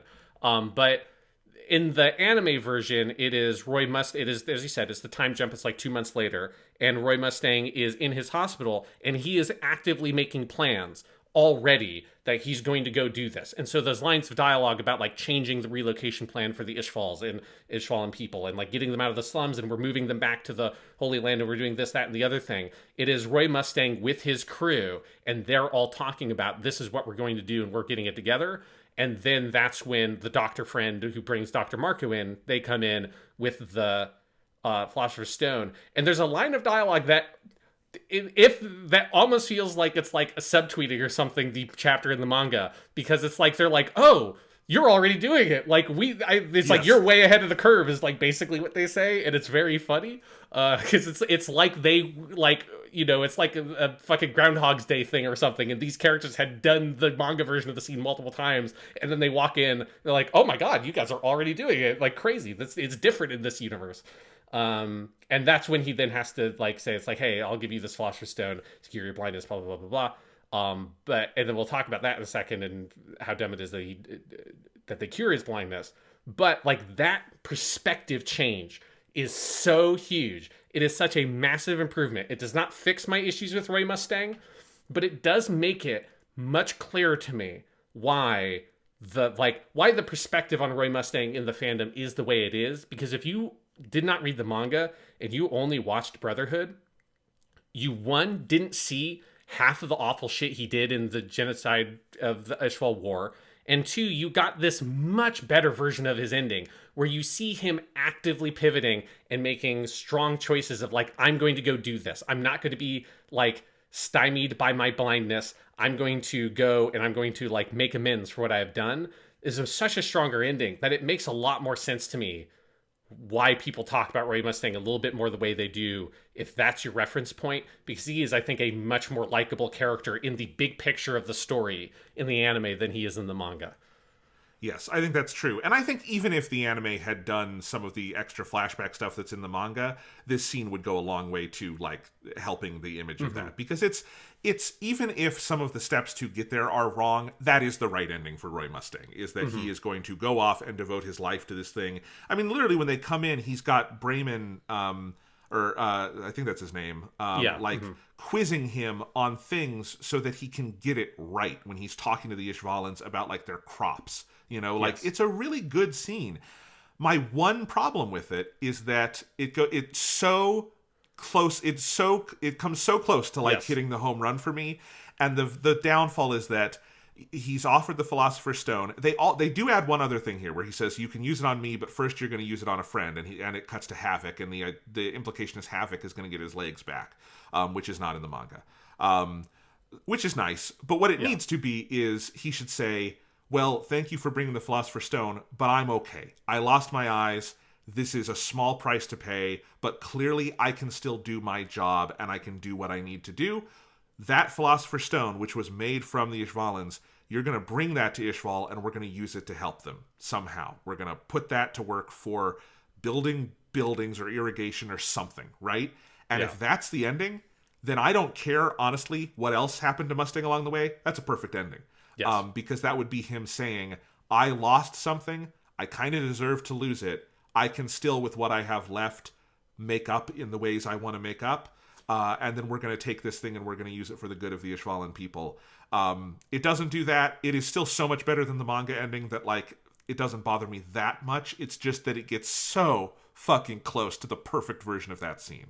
Yeah, it is, like, bizarre to me that the Philosopher's Stone thing happens and he gets his eyesight back. It makes no sense. Like, it is so outside everything. Ed doesn't get his leg back. Yeah. Right? Like, this is like with Ed, and Ed has the line about, like, I'm keeping it as a reminder. Like, I don't need my fucking leg, and I did a wrong thing. Why does Mustang get more back than Ed?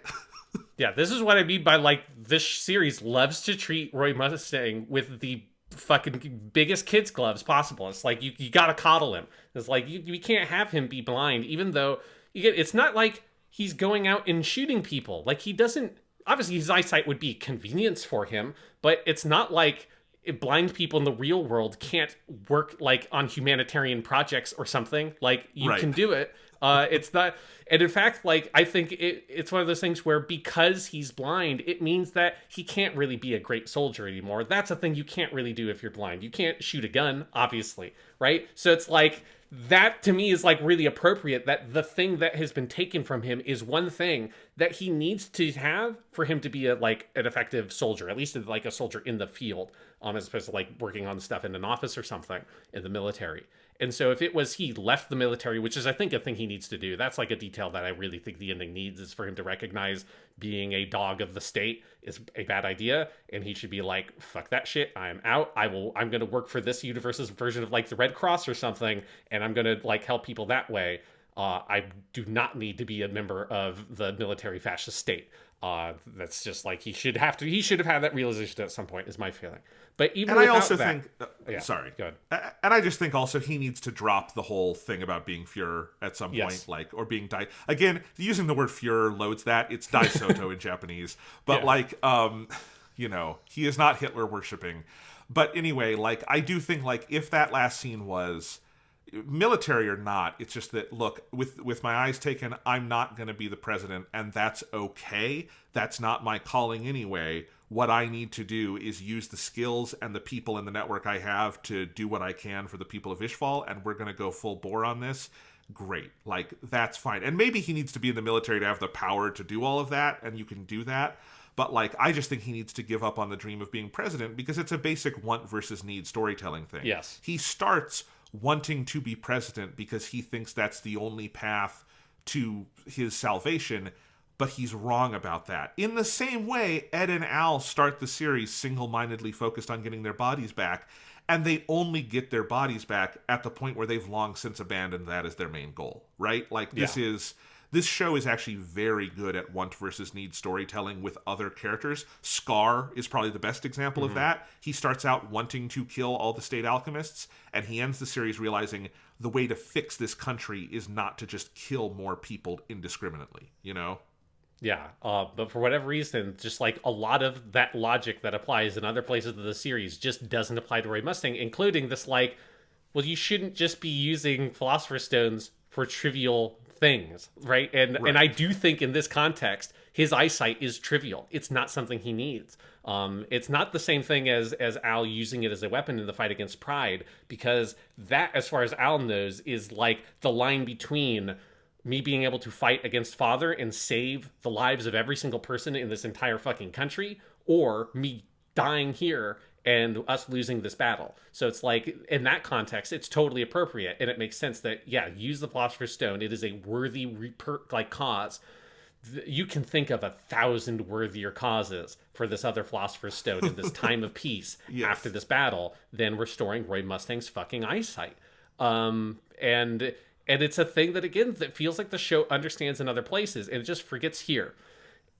One of the things the anime, though, does add is this line where Marco specifically says, this is a Philosopher's Stone that I made from the Ishval War, meaning that it is from the souls of the Ishvalan people.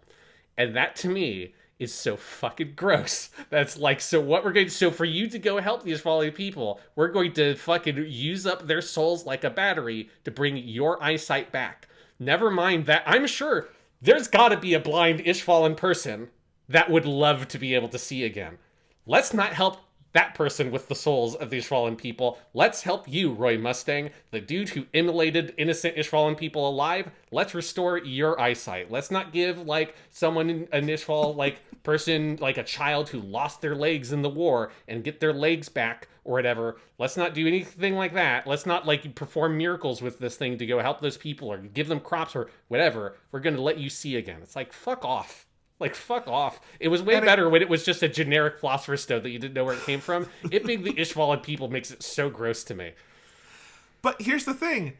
If the response was absolutely not, you're going to take that to Ishval and use it to rebuild their buildings, then it's a good line. That's my point, right? Uh-huh. Yeah. Yeah. If that's Mustang not says, what they do.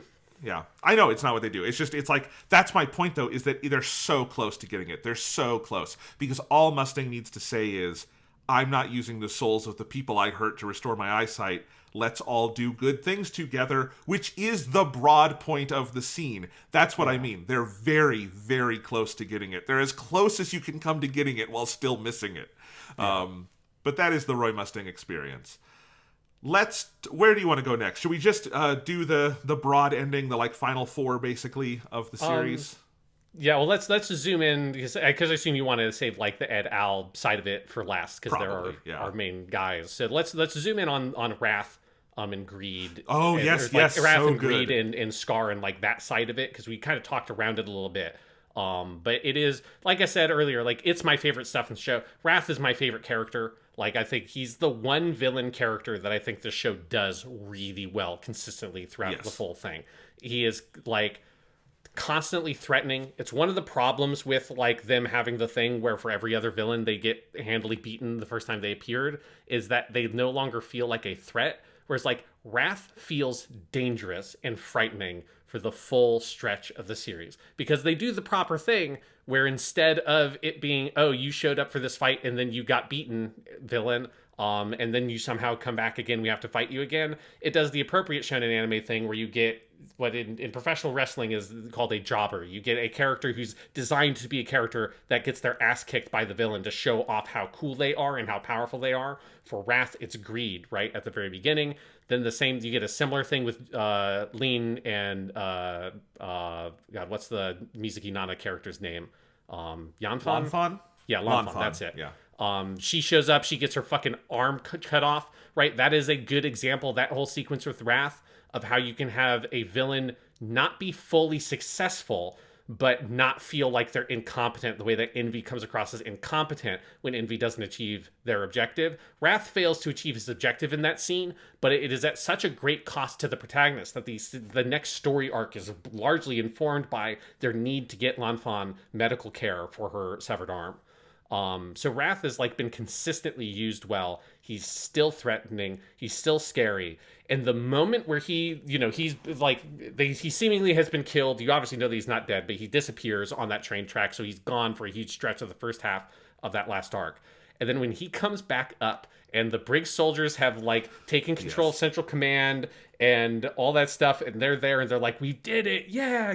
Hip hip hooray, basically. And then Wrath comes up, King Bradley, on the radio. And he's like, it's gotten really busy here, huh? And then he just starts walking up alone with his sword in his hand, like with the fucking radio. And then there's that great line where I think it's Falman says, like, wait, is he just going to come up right through the front entrance?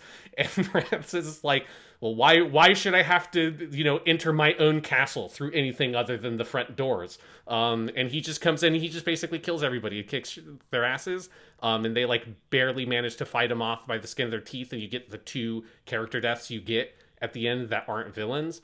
That whole sequence and like Lean coming in with Greed and them fighting him, it's just the best shit. It is like the Shining, to me, it was like the Shining storyline in a big puddle of like kind of mediocre stuff happening, and then Wrath shows up, and as soon as Wrath shows up, everything gets so much better.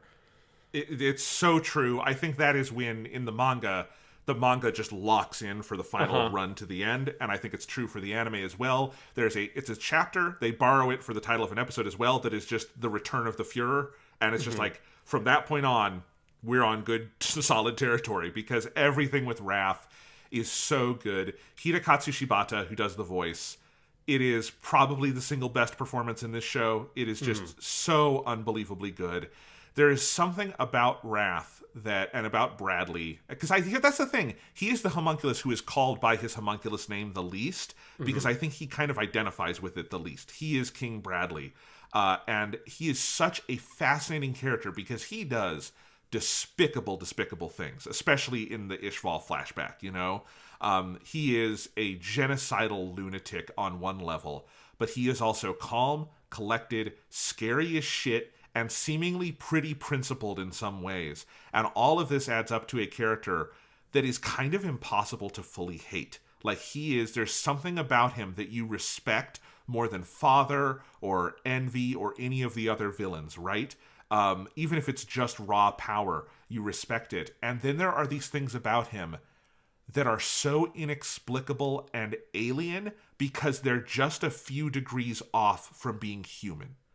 Like, particularly, I think the Wrath moment that sends chills down my spine more than anything else is when, I think it's, God, I forget if it is Hawkeye or another character is talking to him about, like, your whole life is fake. You know, you were given this, you know, this king role. You were given a child, a fake family. It's all fake. Does that ever mess with you? And he says, don't presume to think what is fake and what isn't. The one thing I chose was my wife. You do not know what it is to be the queen to a king. That whole little bit about I chose her, and we never really know what that means, sends chills down my spine, because it is, again, it's just a little off from being human, and that makes it more alien than anything Father does. Father is a egomaniac. I understand egomaniacs. What Wrath is, I don't quite understand, and it scares me. Yeah, it's really because I think you're kind of like combining two scenes, because there's the scene with Hawkeye, which is at the end of the first half of the show. So we talked about it. I think we probably talked about that scene briefly on the last episode of the podcast. But yes, that's where he first like notes the specific thing of like, I chose her. He says like, she's a good woman is like specifically the line he says. It's like, "Arewa ii onna da yo" is what he says. And then in his death scene, which he's got the fucking best death scene. Yes. And Lanfan is there, and she says there, like, what a sad life you've had. Is there nothing you believed in? Is there nobody that you loved? And he says, like, don't presume to understand me, human. And that's one of the things he does, is he really likes to call people human, or ningen is the word in Japanese. And like, even more so than the other homunculi, which often, like, a lot like Envy and Pride both do that a lot as well. But Wrath, like, really likes to lean on that word, even though he himself is effectively a human, right? He's not really homunculus. He can't heal his wounds, right? He's not immortal. He ages like us. He is like us. He's just a little bit stronger. He's like the Captain America equivalent of this world, right? It's like, it's not that he's a superhuman. He's just like, everything about him is that like peak human performance. And that's what he is. But he says it's like, you know, she is the woman that I chose. It's like, there don't need to be words. Like, I don't need to leave anything behind. There doesn't need to be any words that pass between us. Like, don't presume to understand what it is to be, like, the wife of a king. And that's, like, basically the last thing he says. After that, he then says, it's like, you know, it was a lot, but all in all, it was a pretty good life. And then he passes away. It's like, he dies happy. What a fucking death scene. And it is that thing of where, like, I think you so feel how much he wanted to live his own life and how much he was trapped on the rails, as he describes it, like a life built for him on rails, and he went through it. But I think that he truly like enjoyed humans, and he liked fighting them. He liked to see their plots. Like, I think if Wrath had been committed to Father's thing, we would have lost. like humanity would have lost if Wrath was like full in on it. My read on him is that he wanted to lose, right? He wanted to fight a fight that he legitimately would lose. And that's what I think he really wanted, was to like have that experience and you know, and how like happy and overjoyed he is in that fight with Scar, to have that fight and like feel this sort of like kinship with Scar as two people who, you know, who don't have a name, and don't have like a life of their own, but for Scar, a life built on vengeance, for Wrath, a life built by Father to create this plan, and just getting to throw away all of that shit and just fight to the death is all that he really wants. And it's that and his wife and this like one thing he was able to build for himself, which is that little family unit. Yes. It is, yeah, he's just such a powerful character because he feels threatening, he feels dangerous, he's fun to watch as a villain because of how scary he is, but also I think you can't help but feel some kind of affection for him compared to the other homunculi because there is this principled nature to him as a character that the other homunculi don't have. All of the rest of them are like kind of pathetic. He's the one who's like a real person. Like he feels like a human that has been twisted, but underneath it all, he's still a human being. And all the other homunculi are like something else, right? They're not fully rounded. They're all shaped purely by whatever facet of the seven deadly sins they are. Whereas he's a human that has been like forced into that mold, but he's still a human underneath it all. Yeah. And it's not a flaw, by the way, that he, not Father, is the best villain. The best villain can never be the main villain. Darth Vader cannot be the big bad of Star Wars, right? You have to introduce the Emperor because Darth Vader is too interesting and too complicated. It's the same thing with Wrath. Wrath has to be a side villain because otherwise he wouldn't be allowed to be this fascinating. That's not a problem. It is a feature, not a bug. Yes. But yeah, so he has, and you also just, the characters go through the fucking ringer defeating him because you have the big fight with Greed/Lin, and then Lanfan and Old Man Fu and Buccaneer. And I also think like Greed is one of the other characters who I think is just pretty much done perfectly from start to finish. Yeah. Greed and Ling, I think you kind of combine them, at a certain point. They're literally in the same body, but I think the Lin-Greed pairing just, particularly in the anime because it is two of the heaviest fucking hitters sharing the same body. Man, yeah. His ending in the like penultimate episode just blew me away. It's so good, and I've seen it a million times. But all of that, so you have all of these characters in combination fighting Wrath, and you have Old Man Fu going in for the kamikaze move with his grenades. Wrath just cuts off all the tips. Yeah, he's Zatoichi's that fucking thing. It must be a deliberate reference to Zatoichi, because that's in like half the Zatoichi movies where Zatoichi cuts off the tip of a candle and it's like still on the blade of his sword. But doing that with like packs of dynamite and like a suicide vest is so fucking good. Yeah, he basically cuts Old Man Fu in half. Yeah. And then you have Buccaneer come in and impale Fu to get to Wrath. And Buccaneer is already dying. And Fu is like, oh, thank you. You gave my death meaning. And then they go off the bridge together. It's so good. It's like, it's the kind of good that it's like, it's things with Mustang off on the side, whatever. Fullmetal Alchemist fucking rocks. This is great. Yeah, that like it's that kind of thing where you just really wish that a lot of the other like villains and like the other storylines could be this good. It's just like it's so much better than the surrounding material. It's fucking crazy. It's like where did like the balls go for Fullmetal Alchemist and all the other storylines? That's like, why did they? It's all here. Like all like the guts in the storytelling and the edge to the storytelling that Fullmetal Alchemist kind of has lost over its longer runtime, and its willingness to kill off characters has kind of gone away. It was all contained in this one sick fucking scene between Wrath and just him kicking everyone's ass. Like the whole thing where he's running up and he just fights that tank single-handedly to get up to the top, and the tank is just like desperately reversing, shooting tank shells at him. Just like, go! Jesus, it's like you could... It's one of the coolest scenes I've ever seen in anime for like a villain character to set up how frightening they are. Seeing this tank just terrified shitless of this one dude with a sword running at them is amazing. Everything about that whole dynamic is great. Also, something to note about the anime is that Brotherhood has up and down animation throughout because it is a weekly anime that went for over a year.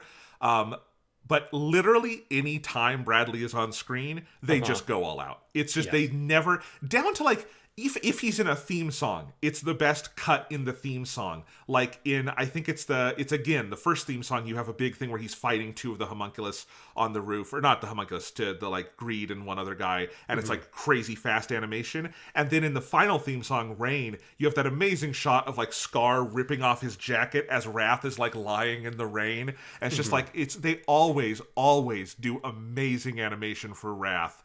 And that is true for every scene he has. Yes. So all of that is great.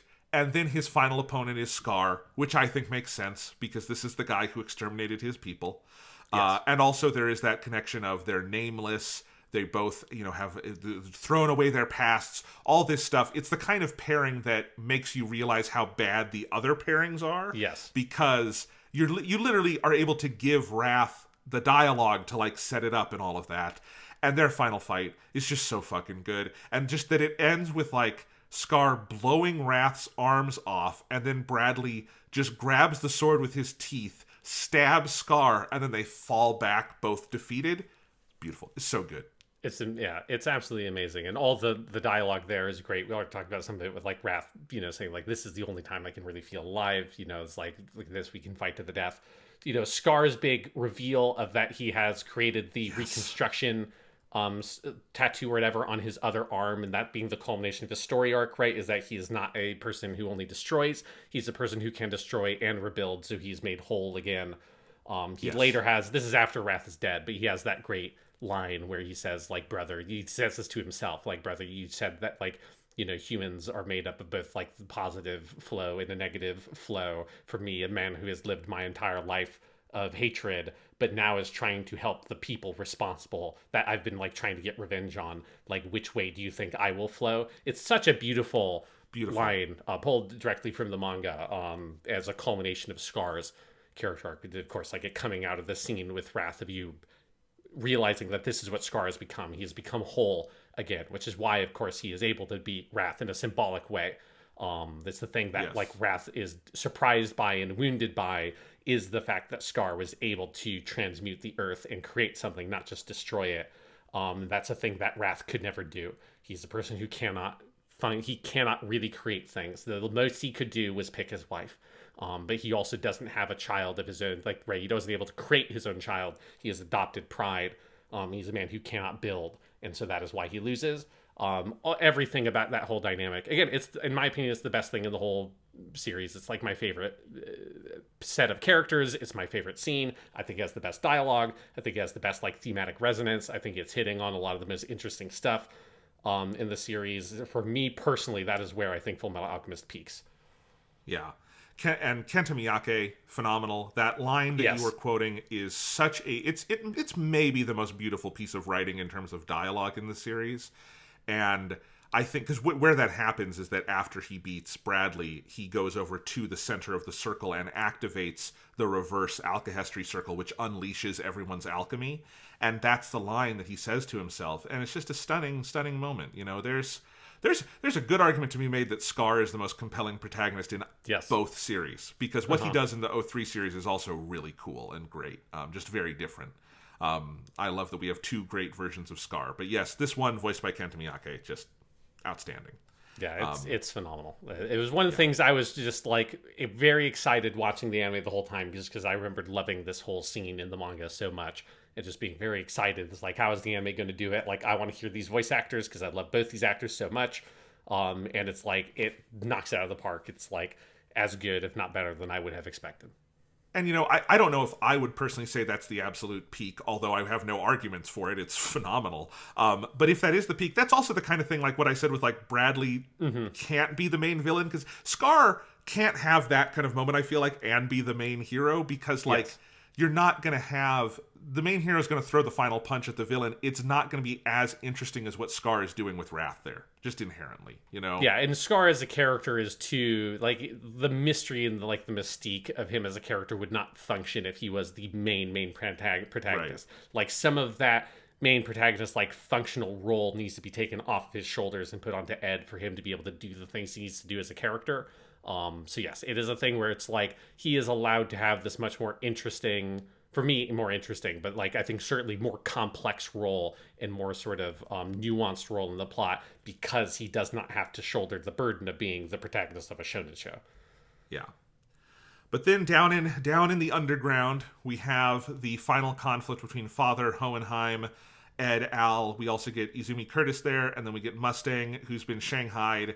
Had his eyes taken away. Really, I think Truth is kind of a dick for taking someone's eyes when they didn't even choose to do the human transmutation. Maybe Truth can't tell if it was a choice or not. I don't know.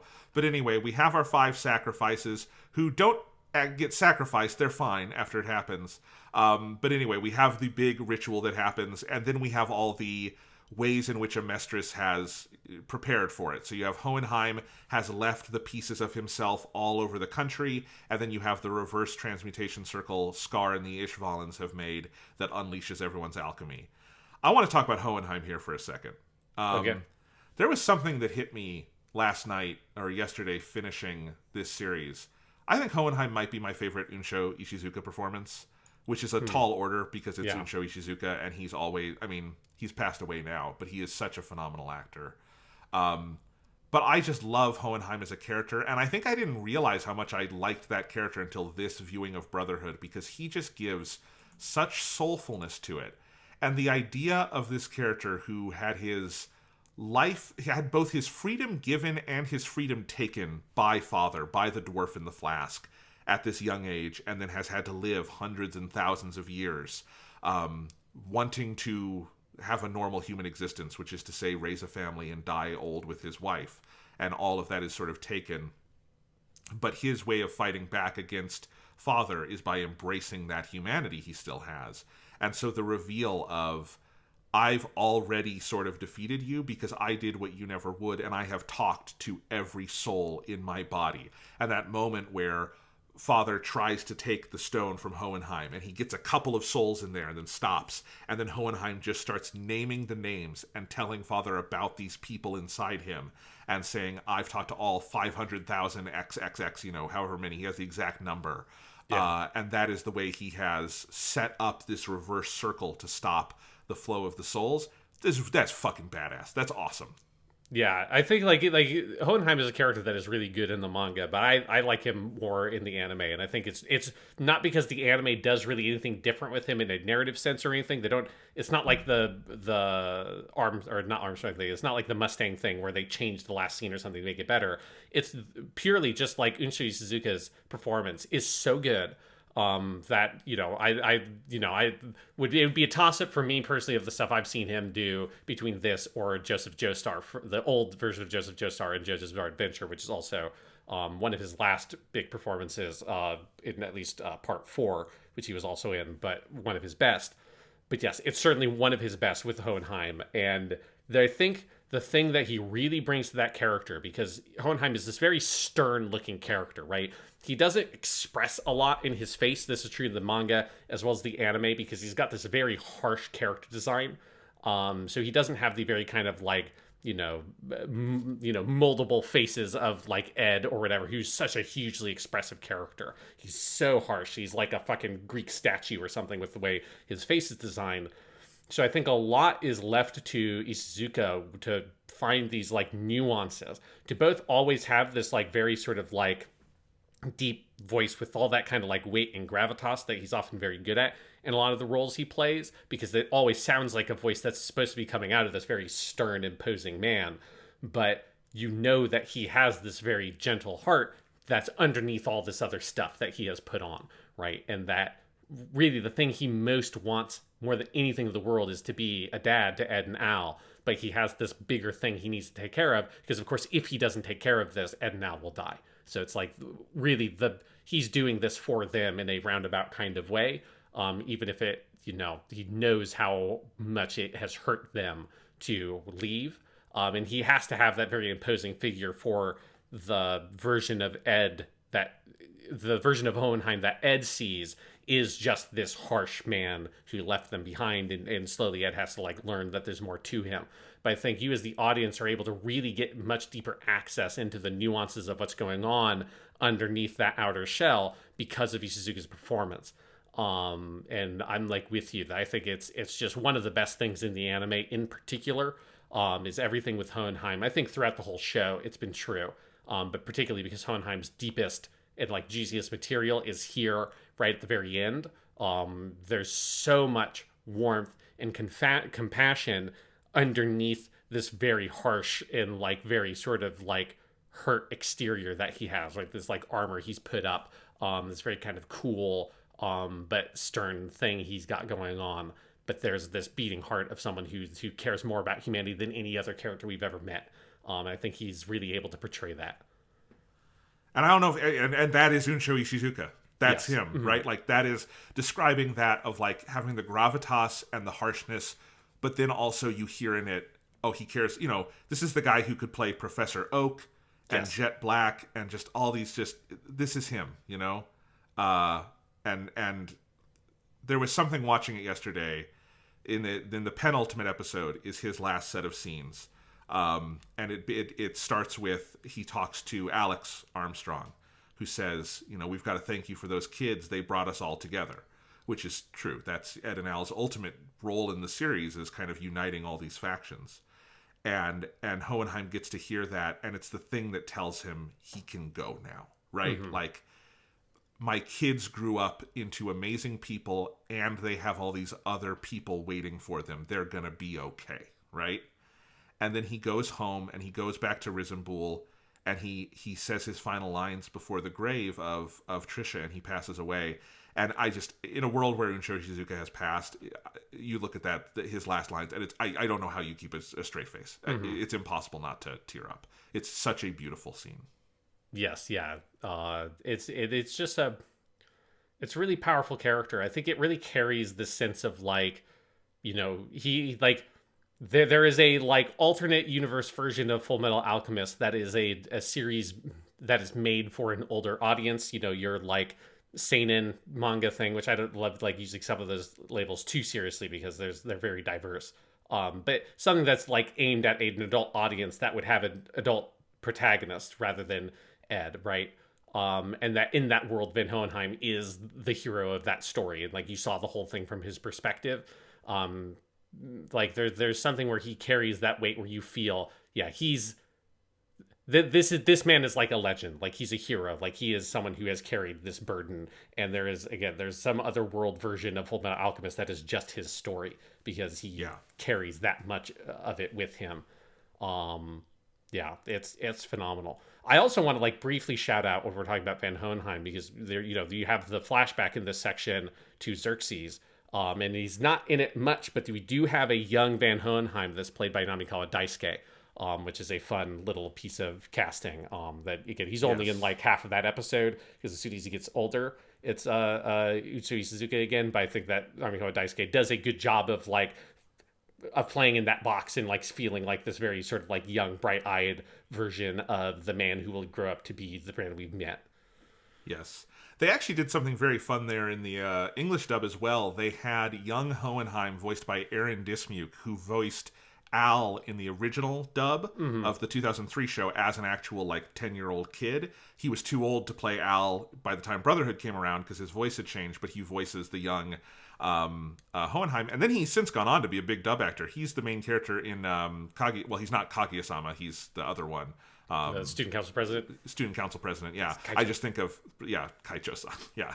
No, he's the president in that show in the dub, so he's become a big dub actor again. But yes, I think this was kind of his, like, I maybe even return to adult voice acting as the young Hohenheim, which was a cool little touch. Yes, so Hohenheim, great character, 2 thumbs up. Yes, 2 thumbs up. Well, we love him. All right, so we have our big Neon Genesis Evangelion moment where Father opens the door. It really is, when you see it animated, it just so looks like this is the end of Evangelion with fewer breasts on display, less misogyny in general, but this very much looks like the end of Evangelion where he's lifting up, like, towards heaven. It was crazy the end when Ed and Winry are on a beach and he just starts choking her out until Winry just says, "Oh, you're disgusting," and then it cuts to black. I don't know if I liked what Ed did to Winry in that hospital room, Sean. Oh God, oh Jesus. That's an off limits reference for this. We can't go there. That's not a fun end of Evangelion joke. That's a gross one. For all the YouTube comments we get of, like, what do you mean Evangelion is misogynistic? You guys are crazy. Just take Fullmetal Alchemist and imagine those scenes with Ed and Winry, and then tell me that same thing. Maybe play that as the little test in your head. Would that play as misogynistic if you did it with Ed and Winry? Yes. Yes, it would. Because Winry is a real character and not a set of tits. Anyway. Yes.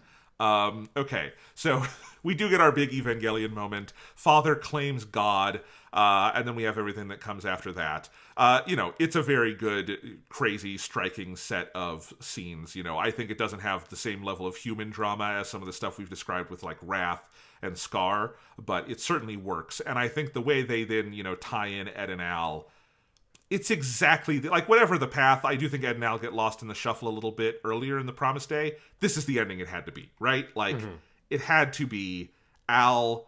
And I do love the overall build of like Al is losing contact with that metal body, and then by the end, his body is so falling apart, like the blood seal is almost broken as well. And so like this is all he can do. And he uses May helps him. It's one of the coolest uses of the alkahestry thing with like the kunai she throws of Ed is impaled by rebar again, which happens to him.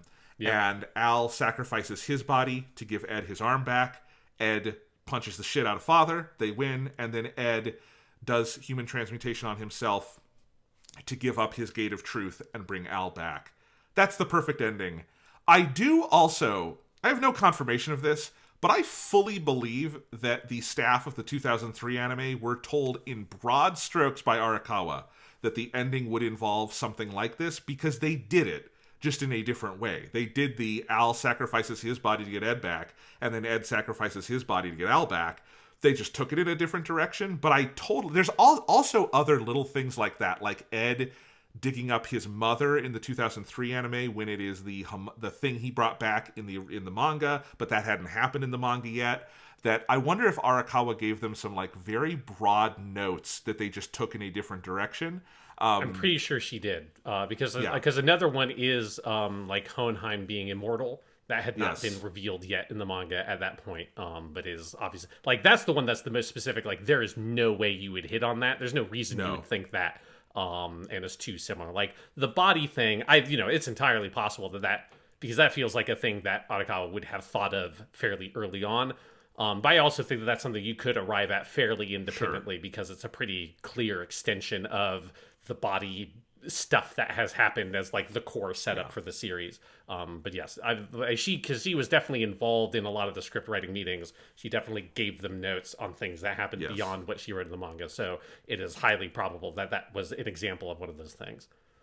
But I think for Ed and Al specifically, you're not going to do better than Al giving. I mean, I do like there's that earlier moment where Al almost goes back to his body, and then he sees it's scrawny. It can't fight. Yes. He can't. And so he affirmatively chooses to go back. Again, this show, other than with Roy Mustang, is very good at want versus need storytelling. And then he finally comes back, reunites with his body, and there's that great line about, like, do you think he'll be able to do it? I'm like, yes, he'll be able to do it. And then Ed is racking his brain. How do I get Al back? He's offered a Philosopher's Stone and denies it because Ed has learned things. Thank God. Again, learned things that other characters should have expressed after this point that we know about Philosopher's Stones. But Ed will continue to be the only person who seems to know it's kind of fucked up to use people's souls like it's a toy. You get my favorite Romy Park line reading in the franchise, which is when Hohenheim offers his body as the last stone. And Ed lashes out, but in lashing out also expresses love towards his father for the first time in his life. Just stunning piece of voice acting. Yeah. Ed calls him Kso Oyaji, which it means like you shitty dad. If you wanted, because Kso literally means poop. So if I was translating this, I would have thrown a shit in there. I thought you were gonna do it really literal. It would have been you poop, Dad. Yeah. How dare you ask me to use your body, poop father? I would never do such a thing, is how I would have translated that in my subtitles. And then in the credits, it would have been father, and then poop father, played by Ushio Ishizuka. Yes, exactly. No, but beautiful line, and then he hits on the actual solution. He stands up. The Fullmetal Alchemist is going to do his last transmutation, and then he gives up the Gate of Truth, and they come back to their bodies. Mwah. That's a platonic ideal of an ending. It's perfect. I don't think it's perfect. I think there's more setup that could have been done. I think the idea is exactly what the idea needs to be. And I think I like it better in the anime than the manga, partially because like the vocal performance is so good, and I think it hits such a good kind of like jubilant tone that's able to work through some of this. But I do wish that there was something with Ed. I want to make it clear. I think in general this ending is really good. And this is more kind of nitpicking to like, I think where you could have pushed it to be better is make it feel like this is a thing that Ed would have never been able to do at an earlier point in the series, because it feels a little bit like a technicality that he is like, that it's like, oh, it never occurred to me that one could do this, more so than it's like, I would have never been able to let go of my ability to do alchemy before this point, because it really feels to me like he would have done this like 50 episodes ago if the idea had occurred to him that it was technically possible to sacrifice your ability to do alchemy to help Al. Like it has been such a long time since it felt like Ed was a character who was defined and like perceived himself as a person who was defined by him being an alchemist, and his ability to perform alchemy was like a key part of who he was, and that he needs to learn to let go of that. I think that is kind of there, but I don't think it's as like clear a thread as I wish it was to really have that land home. Because when I read the manga, it was a thing where I got to that scene, I was like, this is the right idea, but I didn't really feel the emotional impact of it because I don't think all the buildup is there for it to fully land. That's fair, and maybe I will back off perfect platonic ideal of an ending. It's no matter what, it's very, very good, as you said. Yeah. I think, I guess what it just has, it's always worked for me, and I first saw it in the anime, so even reading the manga, I have the jubilant Romy Park and the music and all of that in my head, because also Romy Park is playing Truth in all those scenes. Yes. And the way Truth, like, congratulates Ed, it's such a great line reading from her as well. I think that's always been in my head, and I think that's always been it, because I think there's something about him being just freed and unshackled from this, and there being something like actually kind of happy about what he's giving up that I think is really interesting. And I think the idea that he had to, even if he on a technicality could have done this at the beginning, he had to go on the journey to realize it, I think makes sense. I think you're probably right that you probably could have seeded it more clearly in certain moments, and maybe this is where if Ed had something more specific to do in the Promised Day instead of fighting zombies until it's time to fight Father, you could have improved this. That is absolutely true. Yeah, because I think that's what it is for me. I think like there needed to be a sub-villain, whether it was Pride or Kimberly or someone that like pushed this element of Ed. If the ending is going to be, and again, I think this is the right idea for the ending, is that he has to give up alchemy in order for him to move forward, which this is like, you know, this is one of your standard set of fantasy style genre endings, is that you must learn to let go of the fantasy thing in order for you to grow up, because that is what it is to grow up, is to leave the fantasy behind. And so it's you know, this is a well-worn plot type, and so it's the right idea, it's the right thing, but you need to build it up more. And I think if he had a villain pairing with someone, and you had a plot arc in there that pushed this button more and made it feel more like, oh, that, because I agree with, like, you know, he had to go on the journey to realize it is technically true, but it doesn't, it's so removed from anything specific he's done. Like, I think a very good example of this kind of ending being done excellently is Return of the Jedi, and Luke throwing the lightsaber away, right, as he beats Darth Vader, and him realizing the thing I have to do is put my weapon down. That is a thing that Luke Skywalker would have never been able to do before that point. We have seen him as a young man in his fantasies of being a hero. We have seen him in Empire Strikes Back in his cocksure, arrogant, I'm going to go off, I'm going to save the day, I'm going to get my laser sword, I'm going to fight, I'm going to be a fucking Jedi. We have seen him live that fantasy and indulge in that need for power. And we have seen him then go through what he has lost and paid for because of it, and him coming to a point of realizing a thing that even the people who trained him never realized, which is, at the end of the day, the path of the Jedi, like, the thing I need to do is to throw my arms away and to fight with compassion and understanding. And that's a thing that he very directly needs to have gone on this journey, because that lesson he's learned is very directly tied to everything he has done and all the mistakes and all the prices he's paid along the way. And I don't feel like that connection is very tight here in Fullmetal Alchemist. I think it is there in a broad conceptual sense, but it is hard for me to point to specific moments in the story along the way where it felt like if Ed could see the bigger picture of like what alchemy really is, and what it has done to him, how he identifies himself with it, he would be able to solve this problem. And if he had just done it earlier, like if he could do this, he would have solved this problem. But he needs to make these mistakes to learn it. I just don't really feel that strongly with this story. That's fair. And I'm curious what other people think about this. It, as you say, it plays well either way, but I think you're right that it could play even stronger.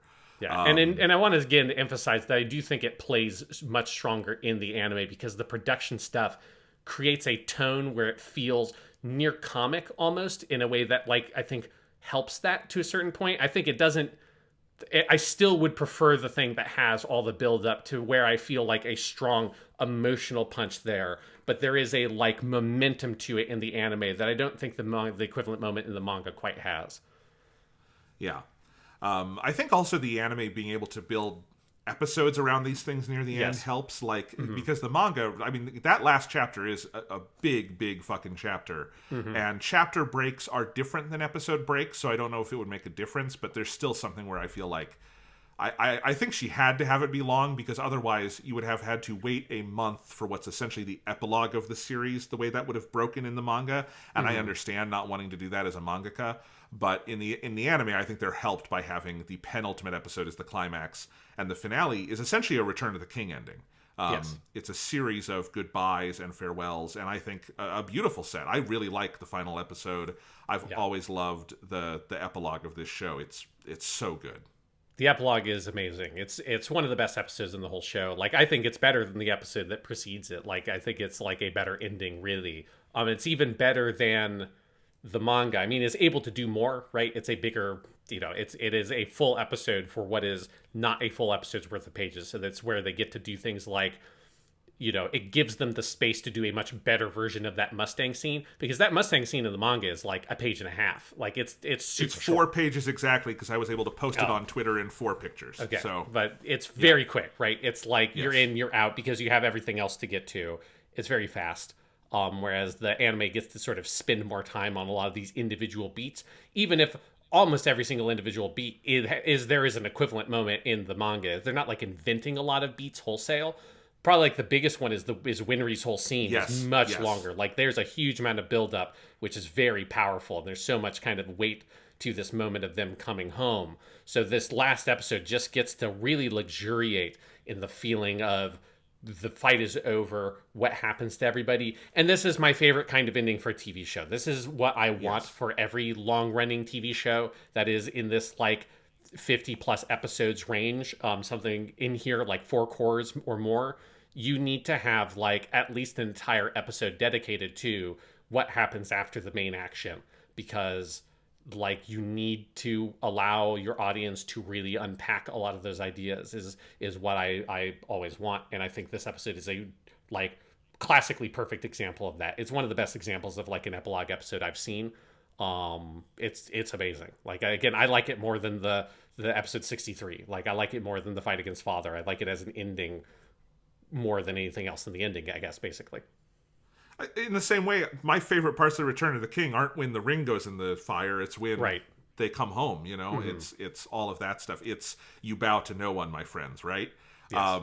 And this is where we get that kind of stuff, because you also get Scar's final scene, which I think is really beautifully done.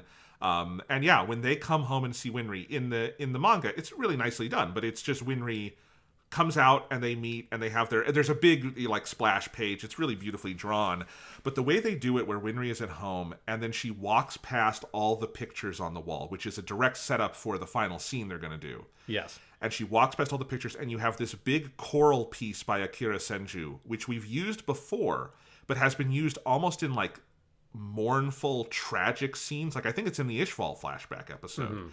And instead we get a full use of it here for her coming out and seeing Ed and Al in his body, Ed with his arm, walking down the way, and they have the dog comes up and is jumping on Ed, and everyone's okay. That, to me, feels like the scene where Frodo is in Rivendell and everyone comes in and jumps on his bed. It's so beautiful as like we're all together again, Yeah, like one really well done detail there is, there's actually 2 really good ones here with Winry, but the first one is what triggers this is not just her hearing Al's voice, but Al specifically says, like, stop it, Den being the dog, like, that tickles. And Yes. that is a thing, like it is Al expressing something about a physical sensation he feels, which is something we have never heard that character say something like that for the whole series, because he has never been able to feel things for other than in the flashbacks when he was like a little kid and had his body.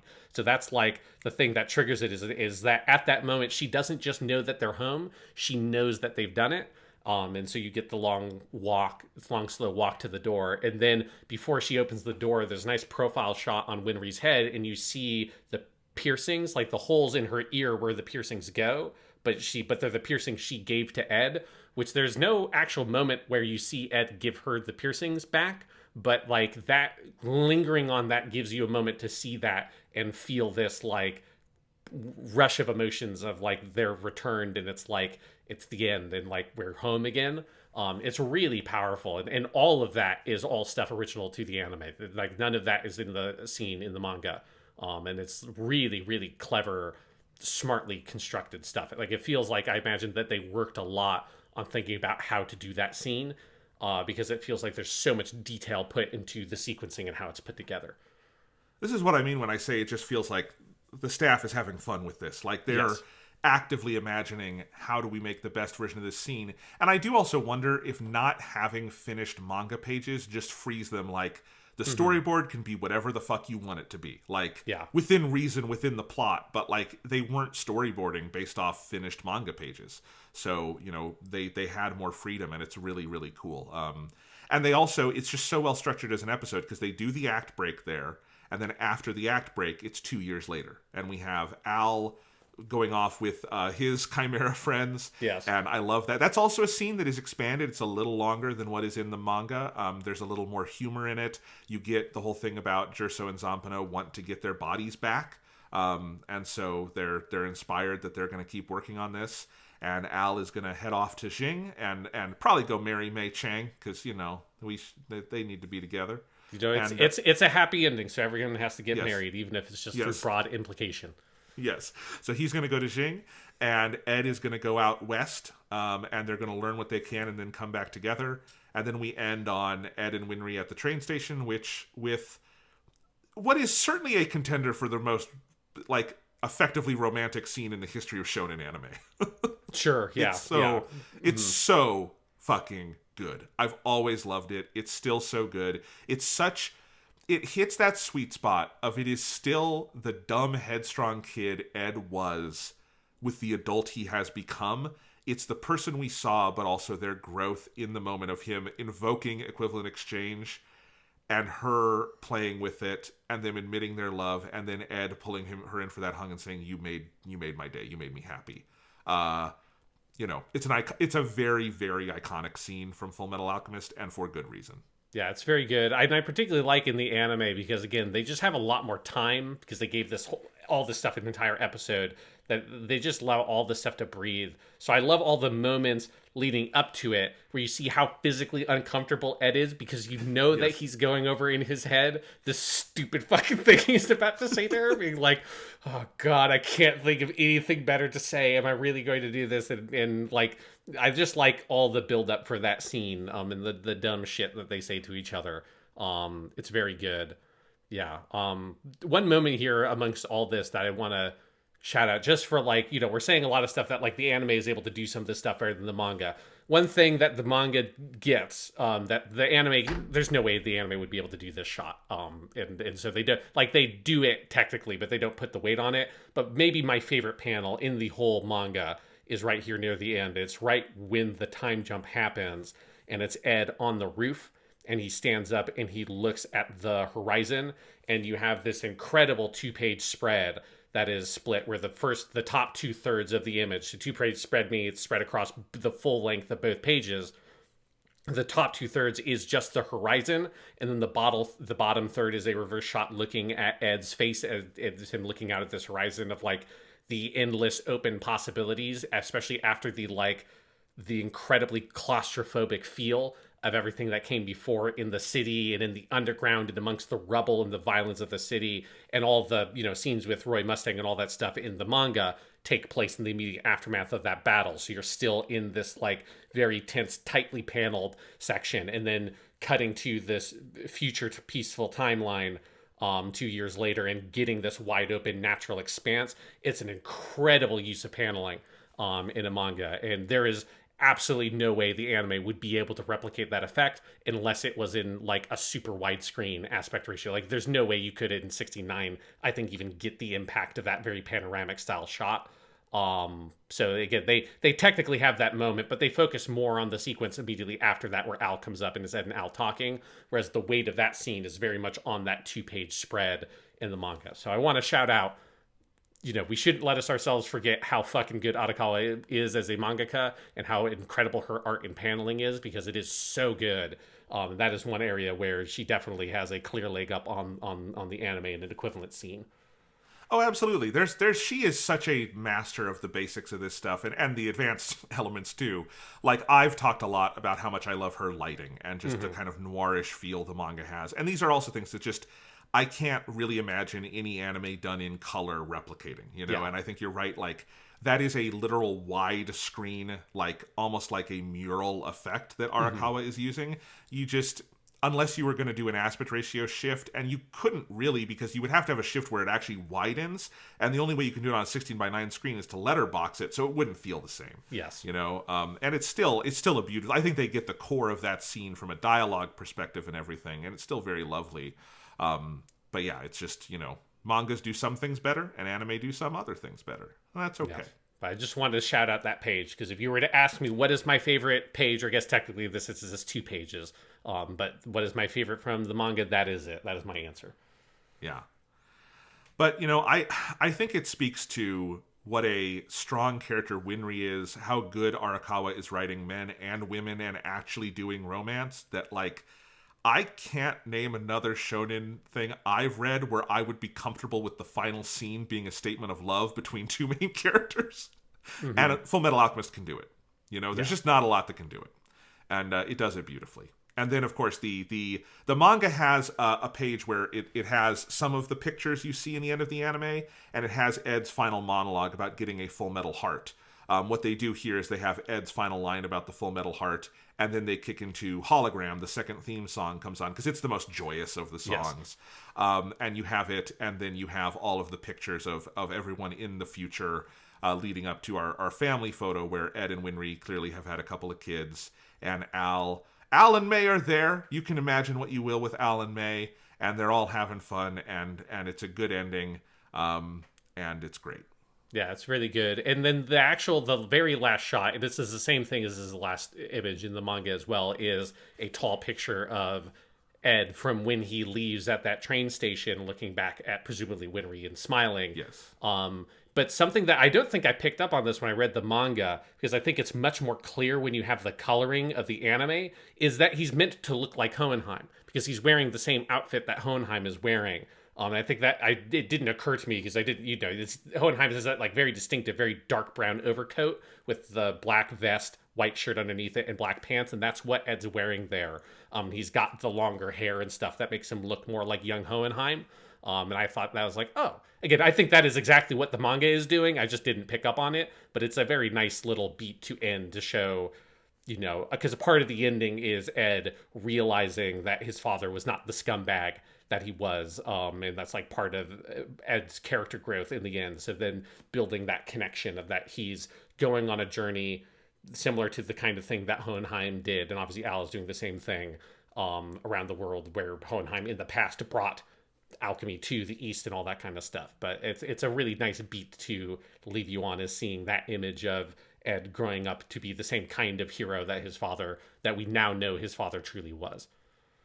Absolutely. And it also just has always struck me as, like, for Arakawa as an author, what do you want your final page to be? It's your hero smiling back at you. There's just something about that that's like, it's a very lovely goodbye to the series, Yeah, if only we could have done the full proper Lord of the Rings ending, and when they came home to Reasonbull, Kimblee was there, and he was fucking shit up, and they had to fight Kimblee one more time like he was Saruman in Return of the King.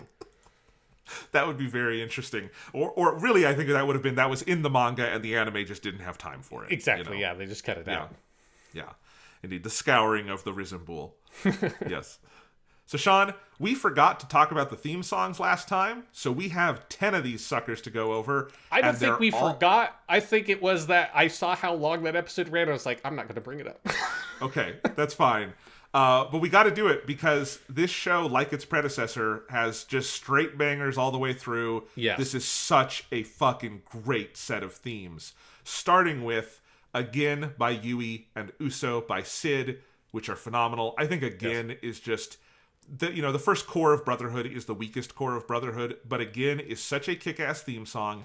Its lyrics are so self-aware to what the project of Brotherhood is. The visuals are so cool. I've always loved that song. The edit of that song, they edit it differently than the full track, and it makes for just such an impactful start to it. It kicks ass. I love it. Yeah, it's phenomenal. I like... For me personally, I think either Again or Period are probably my two favorite. I mean, they're all really good. But I've listened to Again for a long time, well before Brotherhood, because Yui did one of my favorite openings for Bleach. So I've listened to a lot of that band's music. It's phenomenal. Uso is a really good example. Uso, the Sid song, that's the first ending, is a good example that reminds me of that one ending theme from Gundam Age, where it's like, this should have been one of the opening themes. Like it's so, not to say it's like bad as an ending theme, but it's so good, and it's pretty up tempo. It is pretty it's a pretty driving song. That every time I got to the end of an episode, I would forget. Did it start playing the next episode and this is the opening theme, or am I at the end? Oh right, this is the ending theme of the song. Just because it's like you usually get a much lower tempo, kind of sadder, like more kind of slow song. But Uso, that song kicks ass. It kicks ass. I love the visuals for Uso too, which is all the like child's crayon drawings of Ed and Al's adventures, and then it ends with Kid Ed and Al drawing chalk on the sidewalk. It's really cute. So the second set is Hologram by Nico Touches the Walls and Let It Out by Miho Fukuhara. Hologram was definitely the biggest hit to come out of this at the time. People loved it. I just remember when it aired. It's my least favorite of the five, but it's still fucking great. And there's a good reason they used it at the very end, because it is just joyous in a way that I think works. I honestly like its use at the very end of the show better than I do as a theme song. I agree. Yeah. I like Hologram fine as a song. It is the one that stood out to me the least amongst the opening themes, but it is one that like works really well as that, like, because I couldn't even remember which one of the openings it was when it played at the end, but I was like, yeah, this is a Fullmetal Alchemist Brotherhood song. This is good. So yeah. Yeah. And then you have Let It Out, which just, they do the thing a couple of times with Let It Out, where it comes in before the ending, the most memorably when Ed is coming back through the gate to tell Al's body he's coming for it. And I love Let It Out. It's always been one of my favorites. And just the Let It All Out, just the whole thing. It's great. It's crooning. It's beautiful. Great song. The third opening theme is Golden Time Lover by Schema Switch, which is fun because I've seen Gin no Saji, or Silver Spoon, the other anime based on a Arakawa manga, and Schema Switch has a very good song in that anime as well. So it's the Arakawa anime adaptation. You gotta get it in there. Schema Switch, great band. Golden Time Lover, great song. Yep, absolutely. The singer for Schema Switch sings a song on one of the... why am I forgetting the name of one of my favorite composers right now? But the guy does Attack on Titan, and he did all the Gundam that we love. Sawano? Yeah, he does a Hiroyuki Sawano song called Never Gonna Change that I love. That's just a kick-ass song. But anyway, I've always loved Golden Time Lover. It's the weirdest and most different of the openings. I love the animation. I love it. Starts with Ed in the field with his arm outstretched, and like it really expresses the frustration of the characters at this point in the series. This is also one where if you have only heard the 90-second cut, you got to hear the full thing because the vocals are just crazy on that song. Yeah. Then you have Tsunaida Te by Lil B. Love that name. And Tsunaida Te is awesome. This is our Winry ending song. This is our Winry fan service song. And it's great. It's got, there's a little bit of a rap break, I think, in the 90-second cut, but in the full song, you've got more of it. But I've always loved Tsunaida Te. I love that glimpse at, like, Winry's life over in Rush Valley, and it's just really cute, and it's a great song. Yes, yeah. I would be disappointed if there was a song by an artist called Little B and there was not a rap breakdown somewhere in the song. Oh, of course, yeah. The fourth set just slays. It's Period Yes. by Chemistry and Shinkan Sentimental by Scandal. Period just is... How can you get into an episode starting with Period and not be hyped as shit? It's so good. It's such a big feeling song. And the main thing it reminded me of is it sounds so much like a song from Digimon Adventure called Braveheart, which is a song that plays whenever the Digimon digivolves. There's just something, it's got the exact same energy where it's just like, there's so much buildup and it's so big feeling. And it just like, every time you listen to it, it just feels very inspiring. And it's Period by Chemistry. Again, it's either that or Again by Yui are my favorite openings.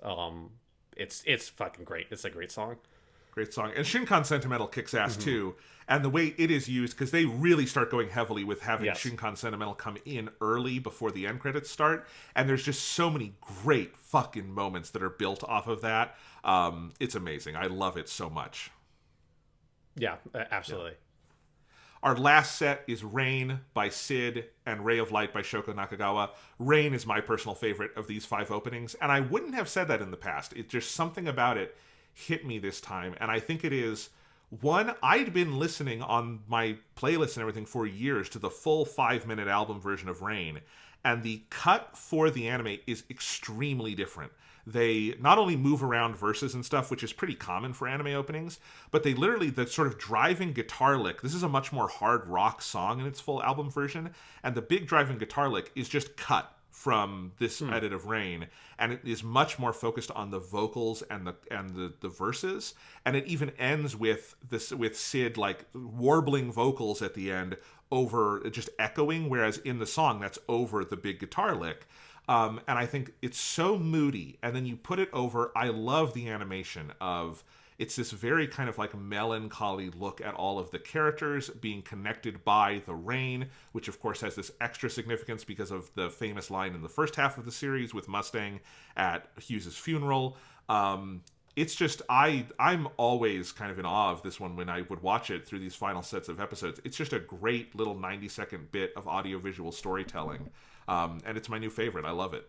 Yeah, it's really good. I have not listened to the full version of the song yet, so I'll need to check that out because that's interesting that it's that different. Because usually that only happens, I feel like, with ending themes. I mean, obviously the 90-second cut is always a little bit different, but it's usually not like...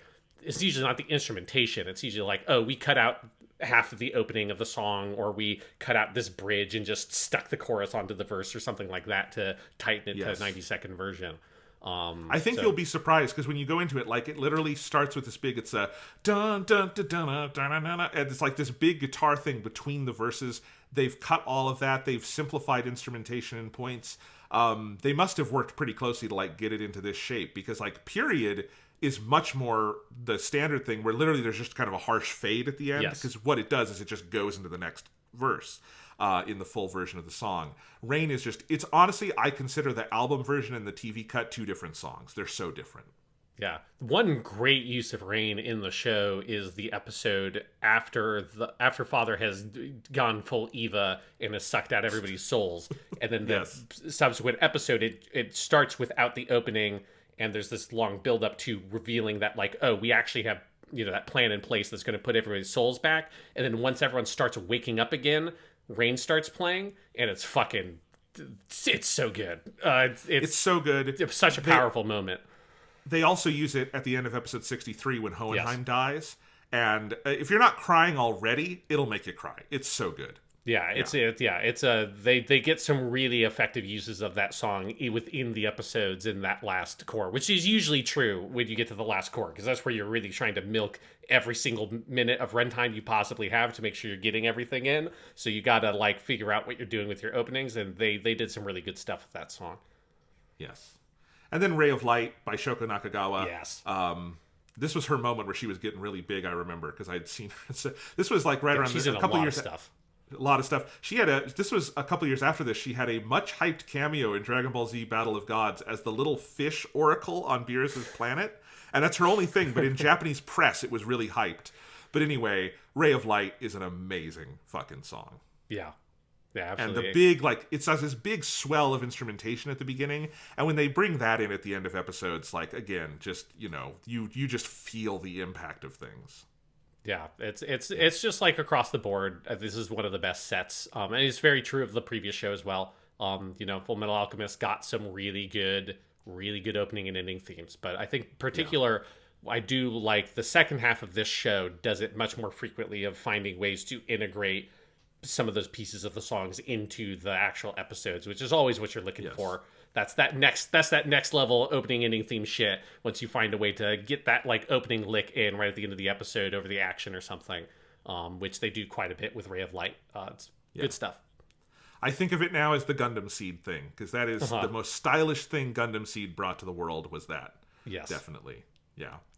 But yeah, that is Full Metal Alchemist Brotherhood. I will say, seeing it again, seeing how strong it closes, all of the theme songs, all that kind of stuff, I feel a little bit bad for how much we maybe got down on the people who say this is their favorite anime.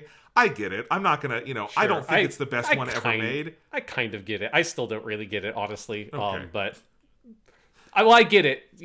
If you were like, look again, I'm a 29-year-old man watching it, so that is going to inevitably be part of the thing of like, if you grew up with this, I can see how it would hit you at that moment. The way that for me it would be Dragon Ball or Yu Yu Hakusho, and if you're like 30 or something and you watch Dragon Ball for the first time, you're probably not going to see this have the same emotional like attachment to it as I'm going to have.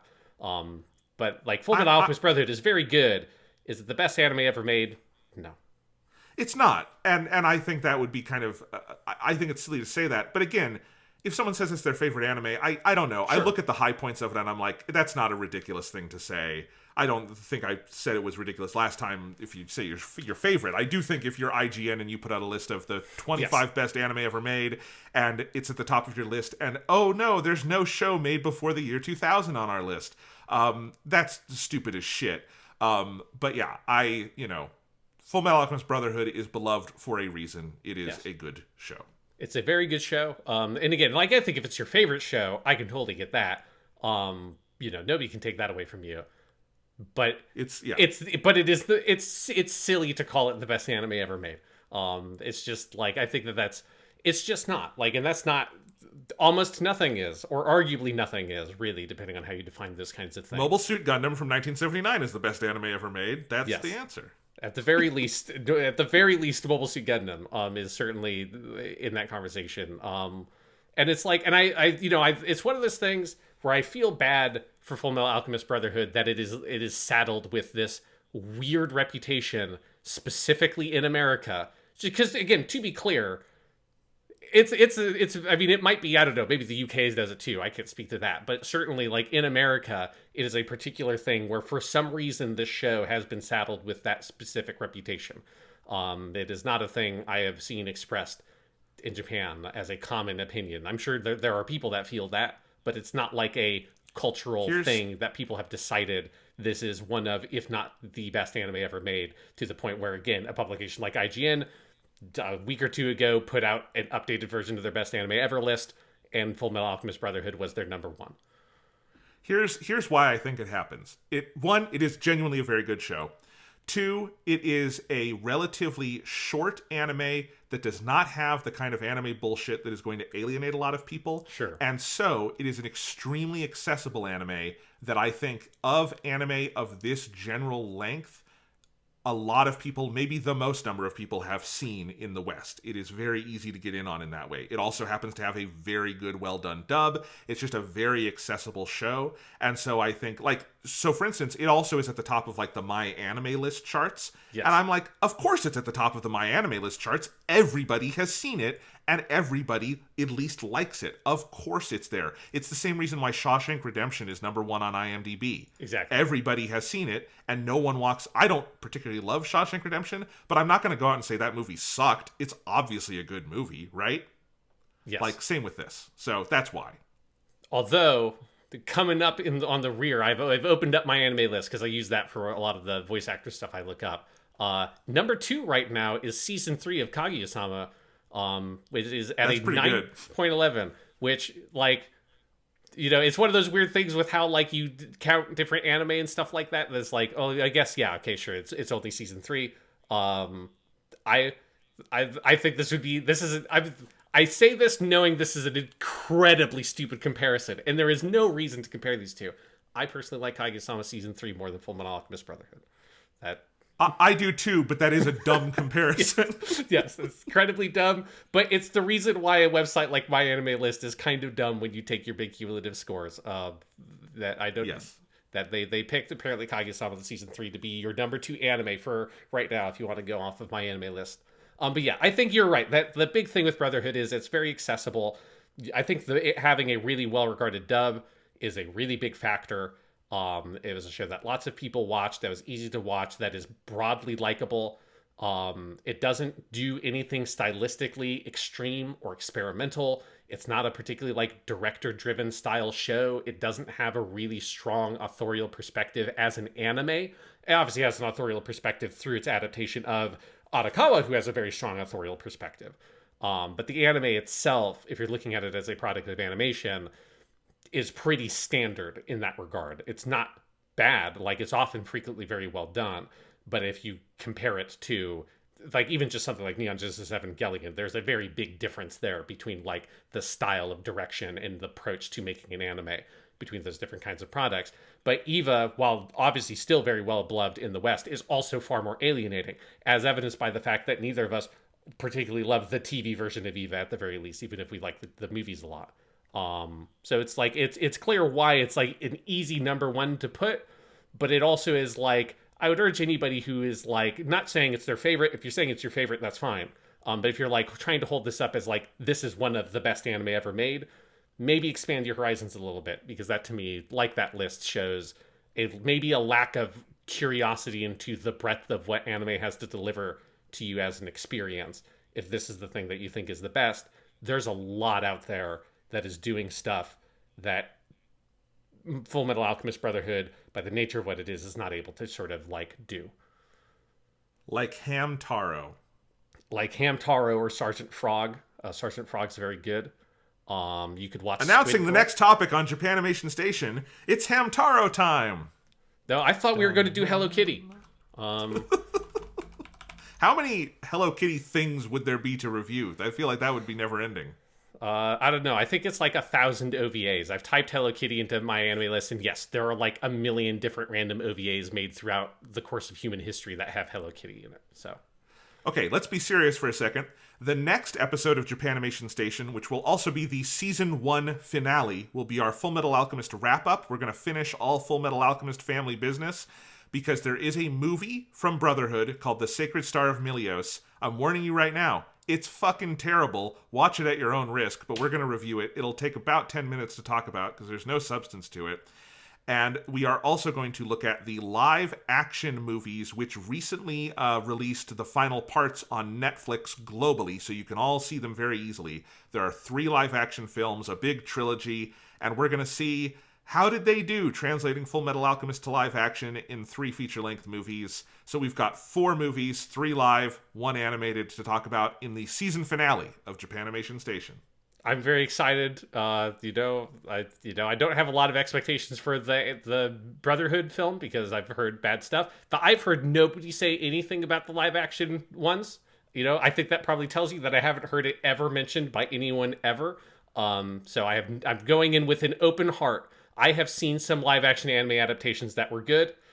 I've also seen some that were not, and we will find out which one those are. But right now, Jonathan, the most pressing issue is I'm looking at My Anime List, and apparently there's a forum topic that asks, why do people say Hello Kitty is racist? And this is a question I'm going to have to answer for myself. Japanimation Station.